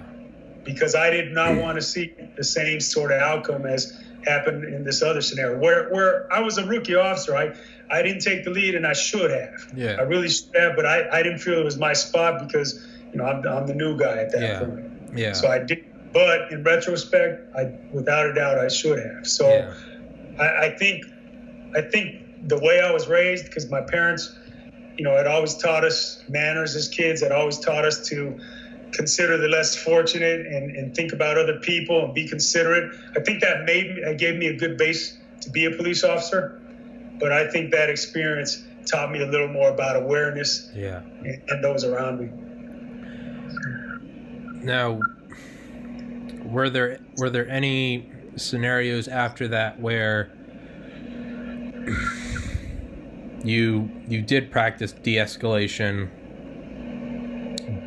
but the situation still escalated, where it was, hey, okay, maybe, again, for lack of a better, I need to find out a better way to say, for lack of a better term, but where something escalated, it almost seemed like, okay, maybe this one was just fate. Let's say, for example, the guy's not pepper sprayed, but he gets, let's say the exact same thing happens next week. Same scenario, same whatever, deja vu. No one pepper sprays him, but he still gets up and starts swinging a knife at you. Is there anything where it was like, he did have to die? Is there anything where it's, whether it's malicious, whether that's a bad guy that was out to hurt, or whether he's a mentally ill person and know in the big picture he didn't have to die, but what he was doing then, he was not pushed, he was not egged on in this situation, and he's still, it's unfortunate, but ultimately it came down to his life, or that the life of an officer, and it's, you're gonna have self protection. You're not gonna sit there and let yourself be, hit by a machete or something. Sure. So I think it's important to put things in perspective and recognize when we're contacting people that they're a lot of times going to be at their worst. So it's because a lot of times we're contacting one or two people, right? The victim or the suspect, right? So victims a lot of times are injured, have some physically injured, sometimes very psychologically harmed. They've just been through something traumatic, whatever that might be, a domestic situation, or victim of a robbery, sex assault, whatever the case. So they're going to be traumatized by the time we get there a lot of times.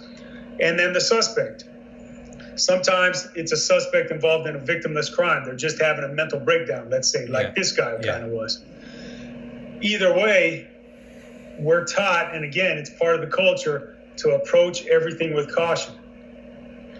Well, if we go back to the 70s, 80s, 90s, and even today to some extent, there were a lot of classes going on, a lot of officer safety classes that ex-cops or current cops would travel around the country giving these classes, and they'd all be talking about officer safety. So it'd be some aspect of officer safety, but the baseline was officer safety. That's what the class is. Well, let me tell you what these classes actually taught, and the culture they created. They actually created a culture of officer paranoia. So these classes taught you to be freaking paranoid, thinking everybody was out to kill you. There are no victims. You got to watch your back at all times. Now, don't get me wrong. To some degree, they're right. Of course, there are people that hate cops. Of course, there are people out there that want to kill you.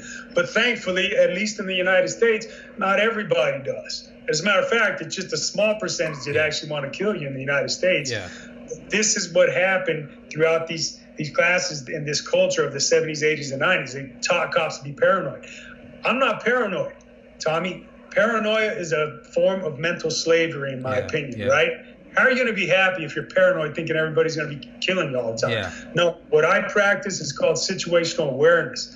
I'm aware of my surroundings. I'm aware of this guy that could kill me, that might want to kill me, but I'm not going to be paranoid that he's going to kill me. I'm aware that I'm watching his hands. I'm seeing what he's doing. I'm treating him with respect. If he does something kind of hinky, I'll be ready. But the problem is officers operate at paranoia instead of situational awareness. Okay. So then when you operate at paranoia, you treat people like crap. You shoot people when they don't have to be shot. You use force when you don't have to. You use excessive force instead of reasonable force. You get what I'm saying? Again, a reflection of big government coming down on the average person. If you fast forward from 1999 to July the 4th, 2005, it was 2 a.m. I was working off duty at a nightclub. This is what cops do. We moonlight at nightclubs because it's easy money and it's good money. And we want to take our families on vacation once in a while, right? Yeah. So I was moonlighted at a nightclub, and it's like 1:45. We've kicked everybody out the bar. We're getting ready to go home. Somebody runs back in the bar, says, officer, they're shooting people outside. Okay. That doesn't sound good. Let me get my gun out and walk outside. There's 2 gang members across the street from each other. They're firing shots at each other. Jesus Christ. You can't make it out that well. You can make out, you know what muzzle flash is? Yeah. The bright light from a gun, Exactly. You can make out the muzzle flash, but you can't really make out. You can see the 2 guys on the left. There are 2 guys on my left. There's, I think, 1 guy on my right. There might have been 2, but you couldn't see them. They were in the shadows. So I get my gun out. I start walking towards them. I'm approaching them. I'm giving them verbal directives. Drop the gun. Police, drop the gun. I'm in full uniform. Yeah. The 2 guys on my left take off running. They're out of there. The guy on my right, he's crouched down. He all of a sudden starts to stand up, and he's looking right at me. We're making eye contact. He knows it's a cop. He sees my badge, but he's not dropping the gun. Sir, drop the weapon. I'm yelling, drop the weapon, drop the gun. Police, drop the gun. He's still not dropping the gun. I'm walking towards him. Finally, he decides to fully face me and start raising the gun. All right, so at this point, talking is over. So I have to take I take 3 shots at him. But again, I'm like 25 yards away, and I'm walking. 1 shot hits his big toe, blows off his big toe. The other shot missed, and the other shot hit him in the calf and went through and through, but it put him on the ground. Yeah. In a situation like that, Tommy, I had done the talking that needed to be done. I had advised him I was the police. Yeah. I had instructed him to drop the gun. Yeah. He didn't listen. He saw me in full uniform because I was under a big street light. Yeah. It's not like he didn't know. Yeah. At that point, there is a time where talking has to be over with in order for you to, survive. And So. Jesus. Yeah. So that was 2005, and luckily I haven't been in a shooting since. Thank God. Yeah. Thank God. I'd be a little concerned if you were sad that you hadn't been in a shooting since. I haven't seen any action yet. I'd be like, Jesus Christ, dude. So what happens in a situation like that? So do you call paramedics or do you call for backup? Oh, yeah. What's the first? Milliseconds matter at that point. Sure. And I don't necessarily mean for him. I mean for you. So are you okay, he's down, call for help, or are you still? It's first and foremost, or do you approach him? What do you do? Do you make sure he doesn't have his gun, or do you go over and do you shoot again? Do you neutral? I don't know. I'm asking you. I don't know. Well, Tommy, actually, it does matter for him too. We have an obligation, yes, to human life and salvage human yes. life, even if we're the ones that cause yes. the injuries. So I still have my gun out after I shoot him. He goes down. I walk towards him. I got my gun in one hand. I get on the radio. I give my call sign. I let him know, shots have been fired. Subject's down. Let me get an ambulance. Code 10, meaning lights and siren. He's on the ground. He had dropped the gun at that point. I pick it up, put it in the small of my back, put him in handcuffs, advise him to stay still, that the ambulance is on the way. And at that point, it's a bunch of officers coming in to help secure the scene. Yeah. And then from there, it's just downtown again, interviewed by homicide, interviewed by the prosecutor, and investigation ensues. It's pretty. It's a stressful time. Yeah. Yeah. Yeah, I would imagine it. Yeah, when I said it doesn't matter for him, I meant more of in that moment. I know for me, I would be, yes, call an ambulance, but when I said not necessarily for him, I meant you're still making sure. This is what I should have said. First, you're making sure he doesn't have the gun. Then, yes, call paramedics. Is that a priority? Is that the first you approach? And before I call, hey, let's get some help. Is this guy down? Now, when that happens, are you thinking about the other two guys?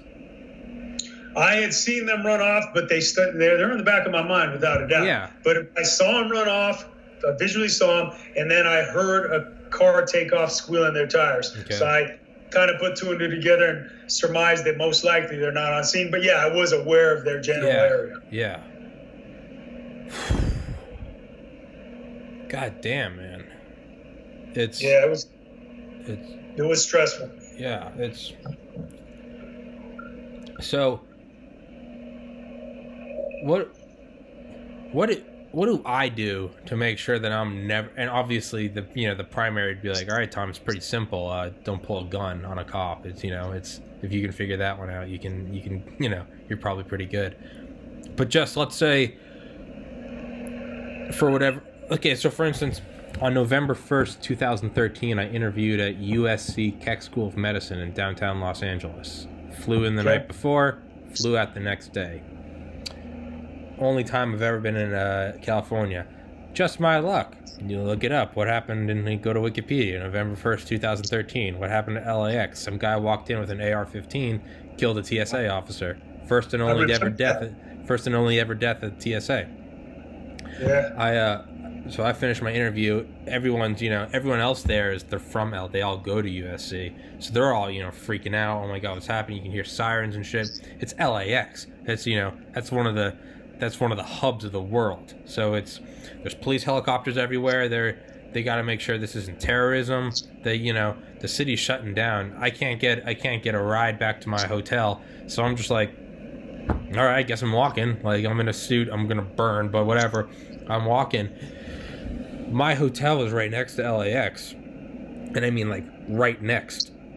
So I'm walking back. It takes me like 5 hours to get there. I don't know where the hell I am. I think my phone died. Everything was just fucked. In my mind, I'm still like, okay, I applied to 25 schools. I got interviewed by 3, accepted by 1. So again, this is the killer mentality. I'm still like, fuck it, I don't care what happened to LAX. Am I getting into this school? That's how far gone I needed shrooms, right? So, but I remember walking back, and there were certain places that were blocked off. There's helicopters all over the place. It's affecting global air traffic, so they're not fucking around. But I remember at one point I was walking, and I saw the hotel I was at, and I was like, I need to walk. Like, I got to go under that bridge. That's where I'm gonna go, because there's no one over there. And so I'm just like, it's my lucky day. Never once thinking, hey, if every road I've been walking on up until this point has been full of traffic and people, and there's one road that's not, maybe it's like that for a reason. But I'm not thinking about that. I'm thinking I want to go back to my air-conditioned hotel room. I've got a molecular biology test on Monday. I got to get back. Let's go again. Killer mentality. Sure. I started walking under there, not realizing that this went under a bridge, but it went under or right next to LAX. So I have no idea where I am. My phone's dead. I'm like, okay. It had been blocked off because they weren't letting anyone in or out. So I remember walking that, and I remember just, yelling. It wasn't just, sir, what do you... I remember there were 2 police officers. It was just, sir, stop, and the other was hands. And I remember I just froze. And luckily, I'm sure they had probably had to do that to a number of people that day.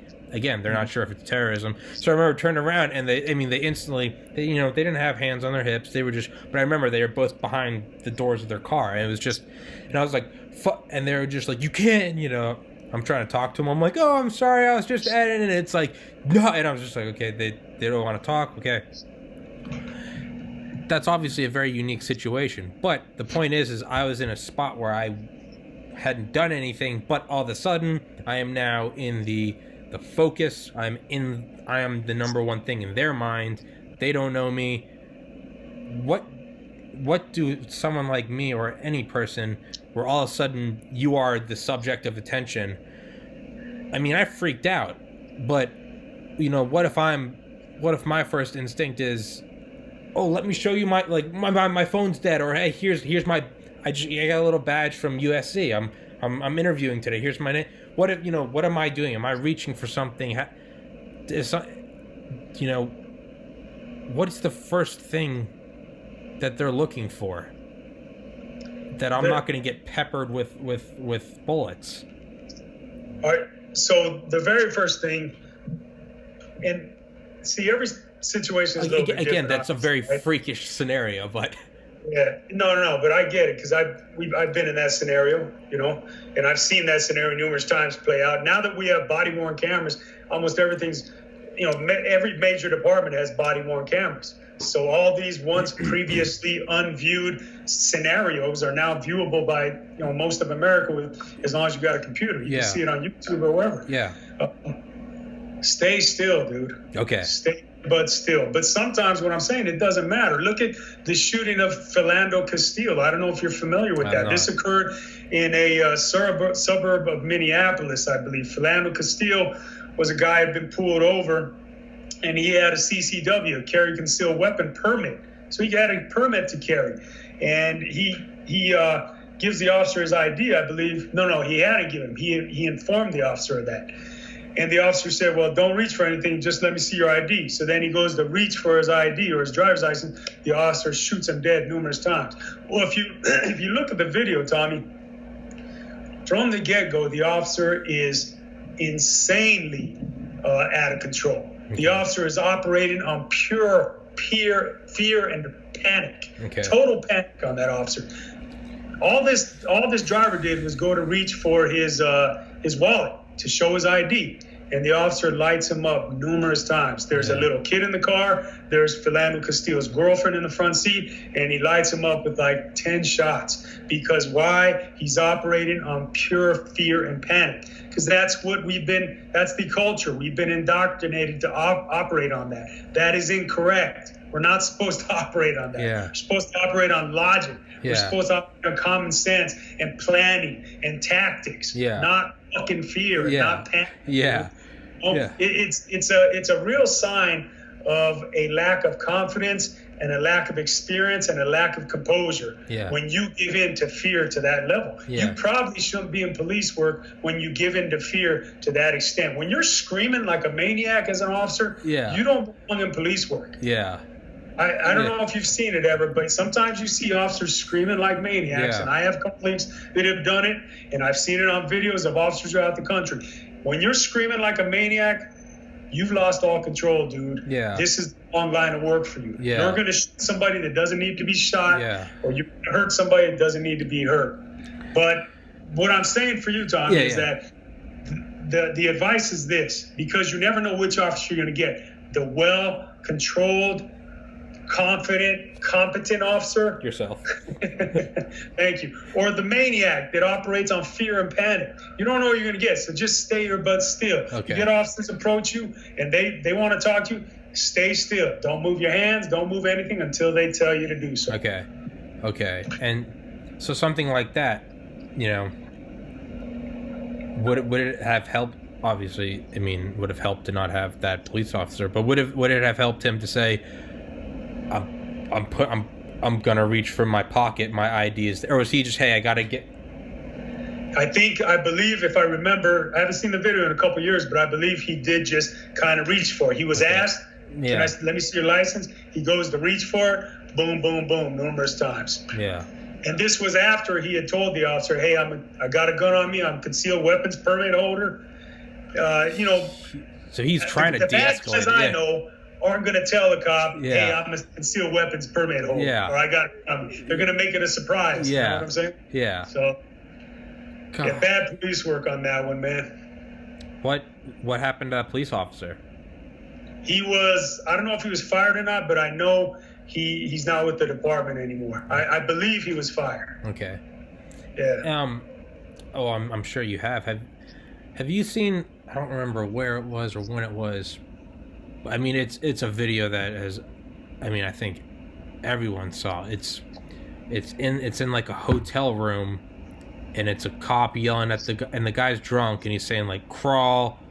Have you seen that one where it's like? That is a horrible example of police work. That's Mesa PD. Yeah. And it's a suburb of Arizona, and I can't remember the victim's name, but that cop had a troubled past and a troubled history. He should have never been a police officer.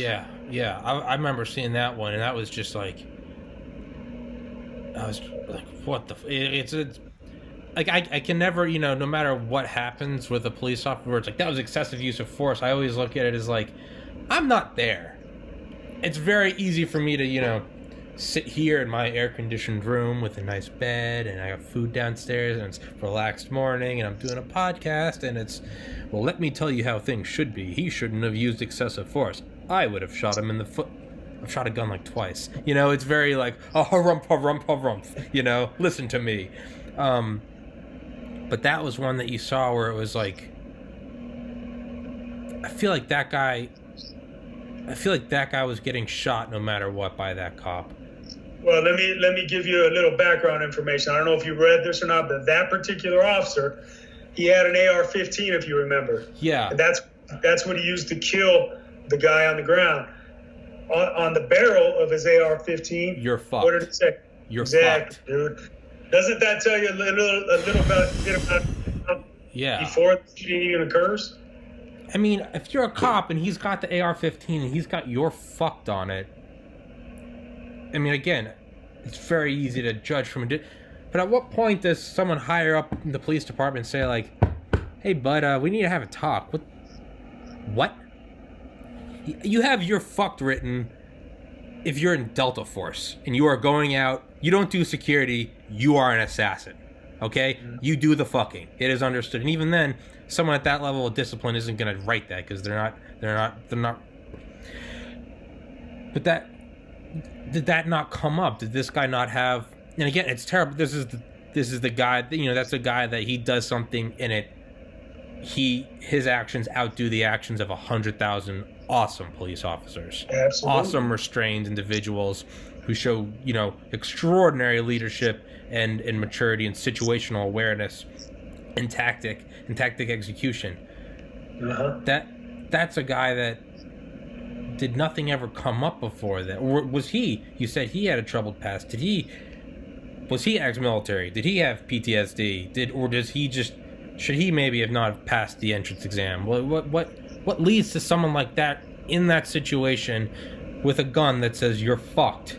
Like, what led up to that? It's every level you just touched on: hiring, training, supervision. Somebody failed there. Now, I'm not saying there's no system that's perfect. Yes, so, of course, at least one system's going to fail, right? Yeah, perfect storm. I can almost guarantee you that officer's direct supervisor, his sergeant, knew about it. He knew what a troubled officer he was dealing with, and he either avoided it or didn't address it or looked over it, or I guarantee you didn't deal with it. And one reason I say that is because, again, I've been in this business for a long time, and I see a lot of supervisors who would rather be buddies with their subordinates than actually supervise. Yeah. It's just easier. There's a lot of cops that are not afraid of confrontation with the average Joe citizen out there, but they despise confrontation with anybody they work with. Yeah, it's the dad that would rather be the cool dad and friend rather than the one that smacks your smart ass into place. You said it's or I mean, so okay, being devil's advocate, did he look the other way because they're understaffed and they're not, and his good guys they're being worked so much that they might start to crack because they're put under so much pressure. So maybe it's the lesser of two evils to put a guy that's maybe not all there, maybe not qualified to be a police officer, but he's providing the extra manpower that takes a little bit of the load off the shoulders of, it's what the guy I talked to that was in the Israeli Special Forces. He said most people are, they're what did he say? It was like decent men put in indecent situations. It's, maybe it's he's put on and okay, let's look the other way because he's got 10 good guys like you, but you've been worked so much that, I mean, anyone eventually is going to crack. Take someone like yourself. You give you enough nights of not enough sleep in a row. You give you 2 hours of sleep a night. Okay, maybe you do well for a night, 2 nights. Let's have you do 10 nights of not enough sleep.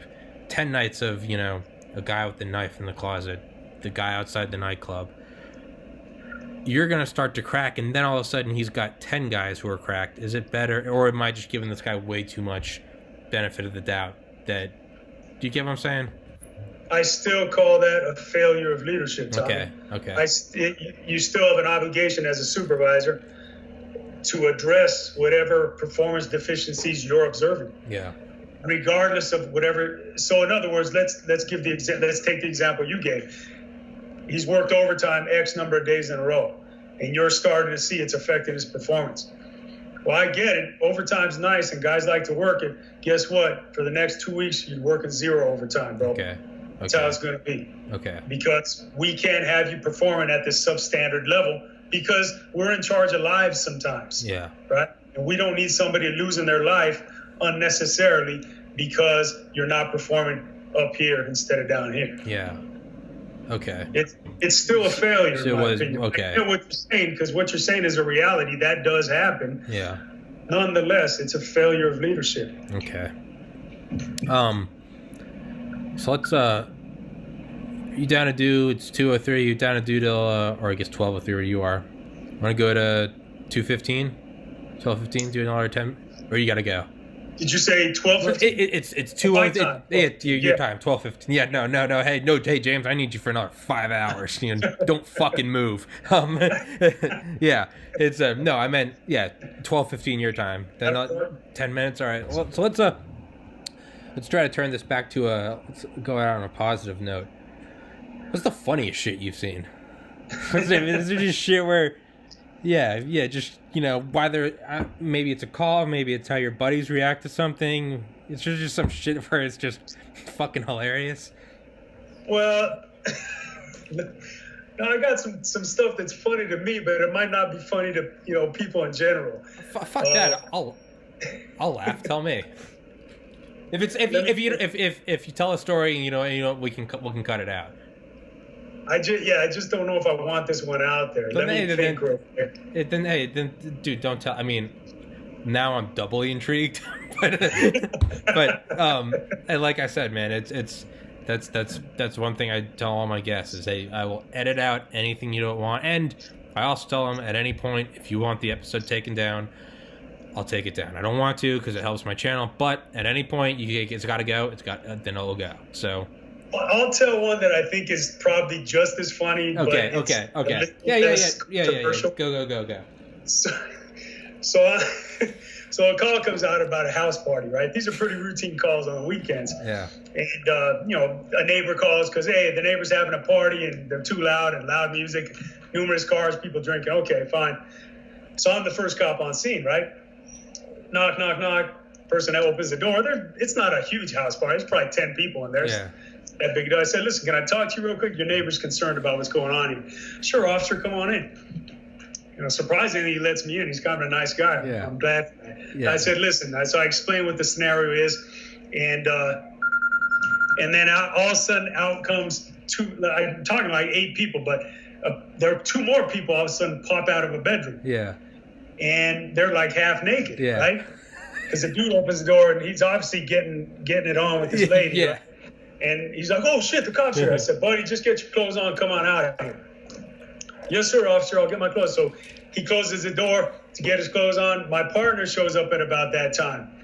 So when my partner shows up, I'm patting the one guy down. I just want to make sure you don't have any weapons, my safety and your safety, patting him down. All of a sudden, the guy that was doing his thing with his lady comes out, and he's just wearing sweatpants. And I don't think he's wearing a shirt. He just put some sweatpants on. He's still a little bit excited, right? So my partner shows up at that time.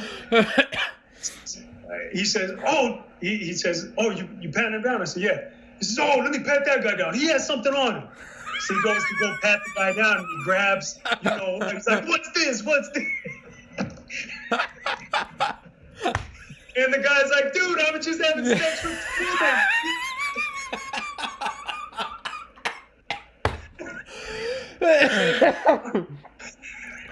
my partner's like, okay, fuck! Sorry, Fuck! Oh my god! So, dude, you never let him live that one down. For years, man. Yeah, you got to give him a name, man. You should call him Oscar Mayer or something. Right. Yeah, that was good, man. That was fun. Holy shit, man. Maybe he needs to work for the TSA.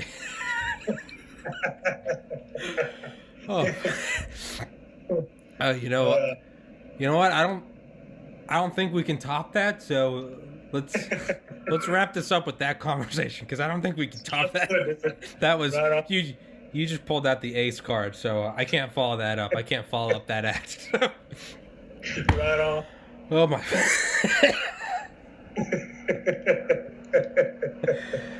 Jesus Christ. Fuck, man, that guy's got a story and a half. I hope that guy hears this podcast one day. Yeah, no shit. Sir, right? if you ever hear this, email me, comment below, and I need to have you on. Jesus Christ in heaven, man. That's fucking brilliant. Well, thank you very much for coming on. Sure thing, man. My pleasure. Oh, okay, serious face. What the fuck was the other story, if that was the one you could tell?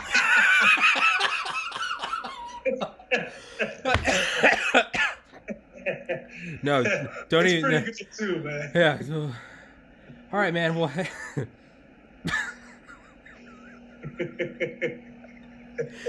All right, so hey, dude, if you're not doing politics, you gotta do stand up or something, because that was brilliant.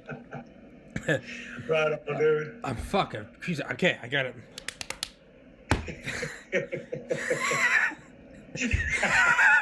Jesus, I can't fucking keep my shit together. Serious face. Thank you for coming on. Thank you very much. How do I put your name in the can I just say Sergeant? Can I? Yeah. What do I need to? All All right, and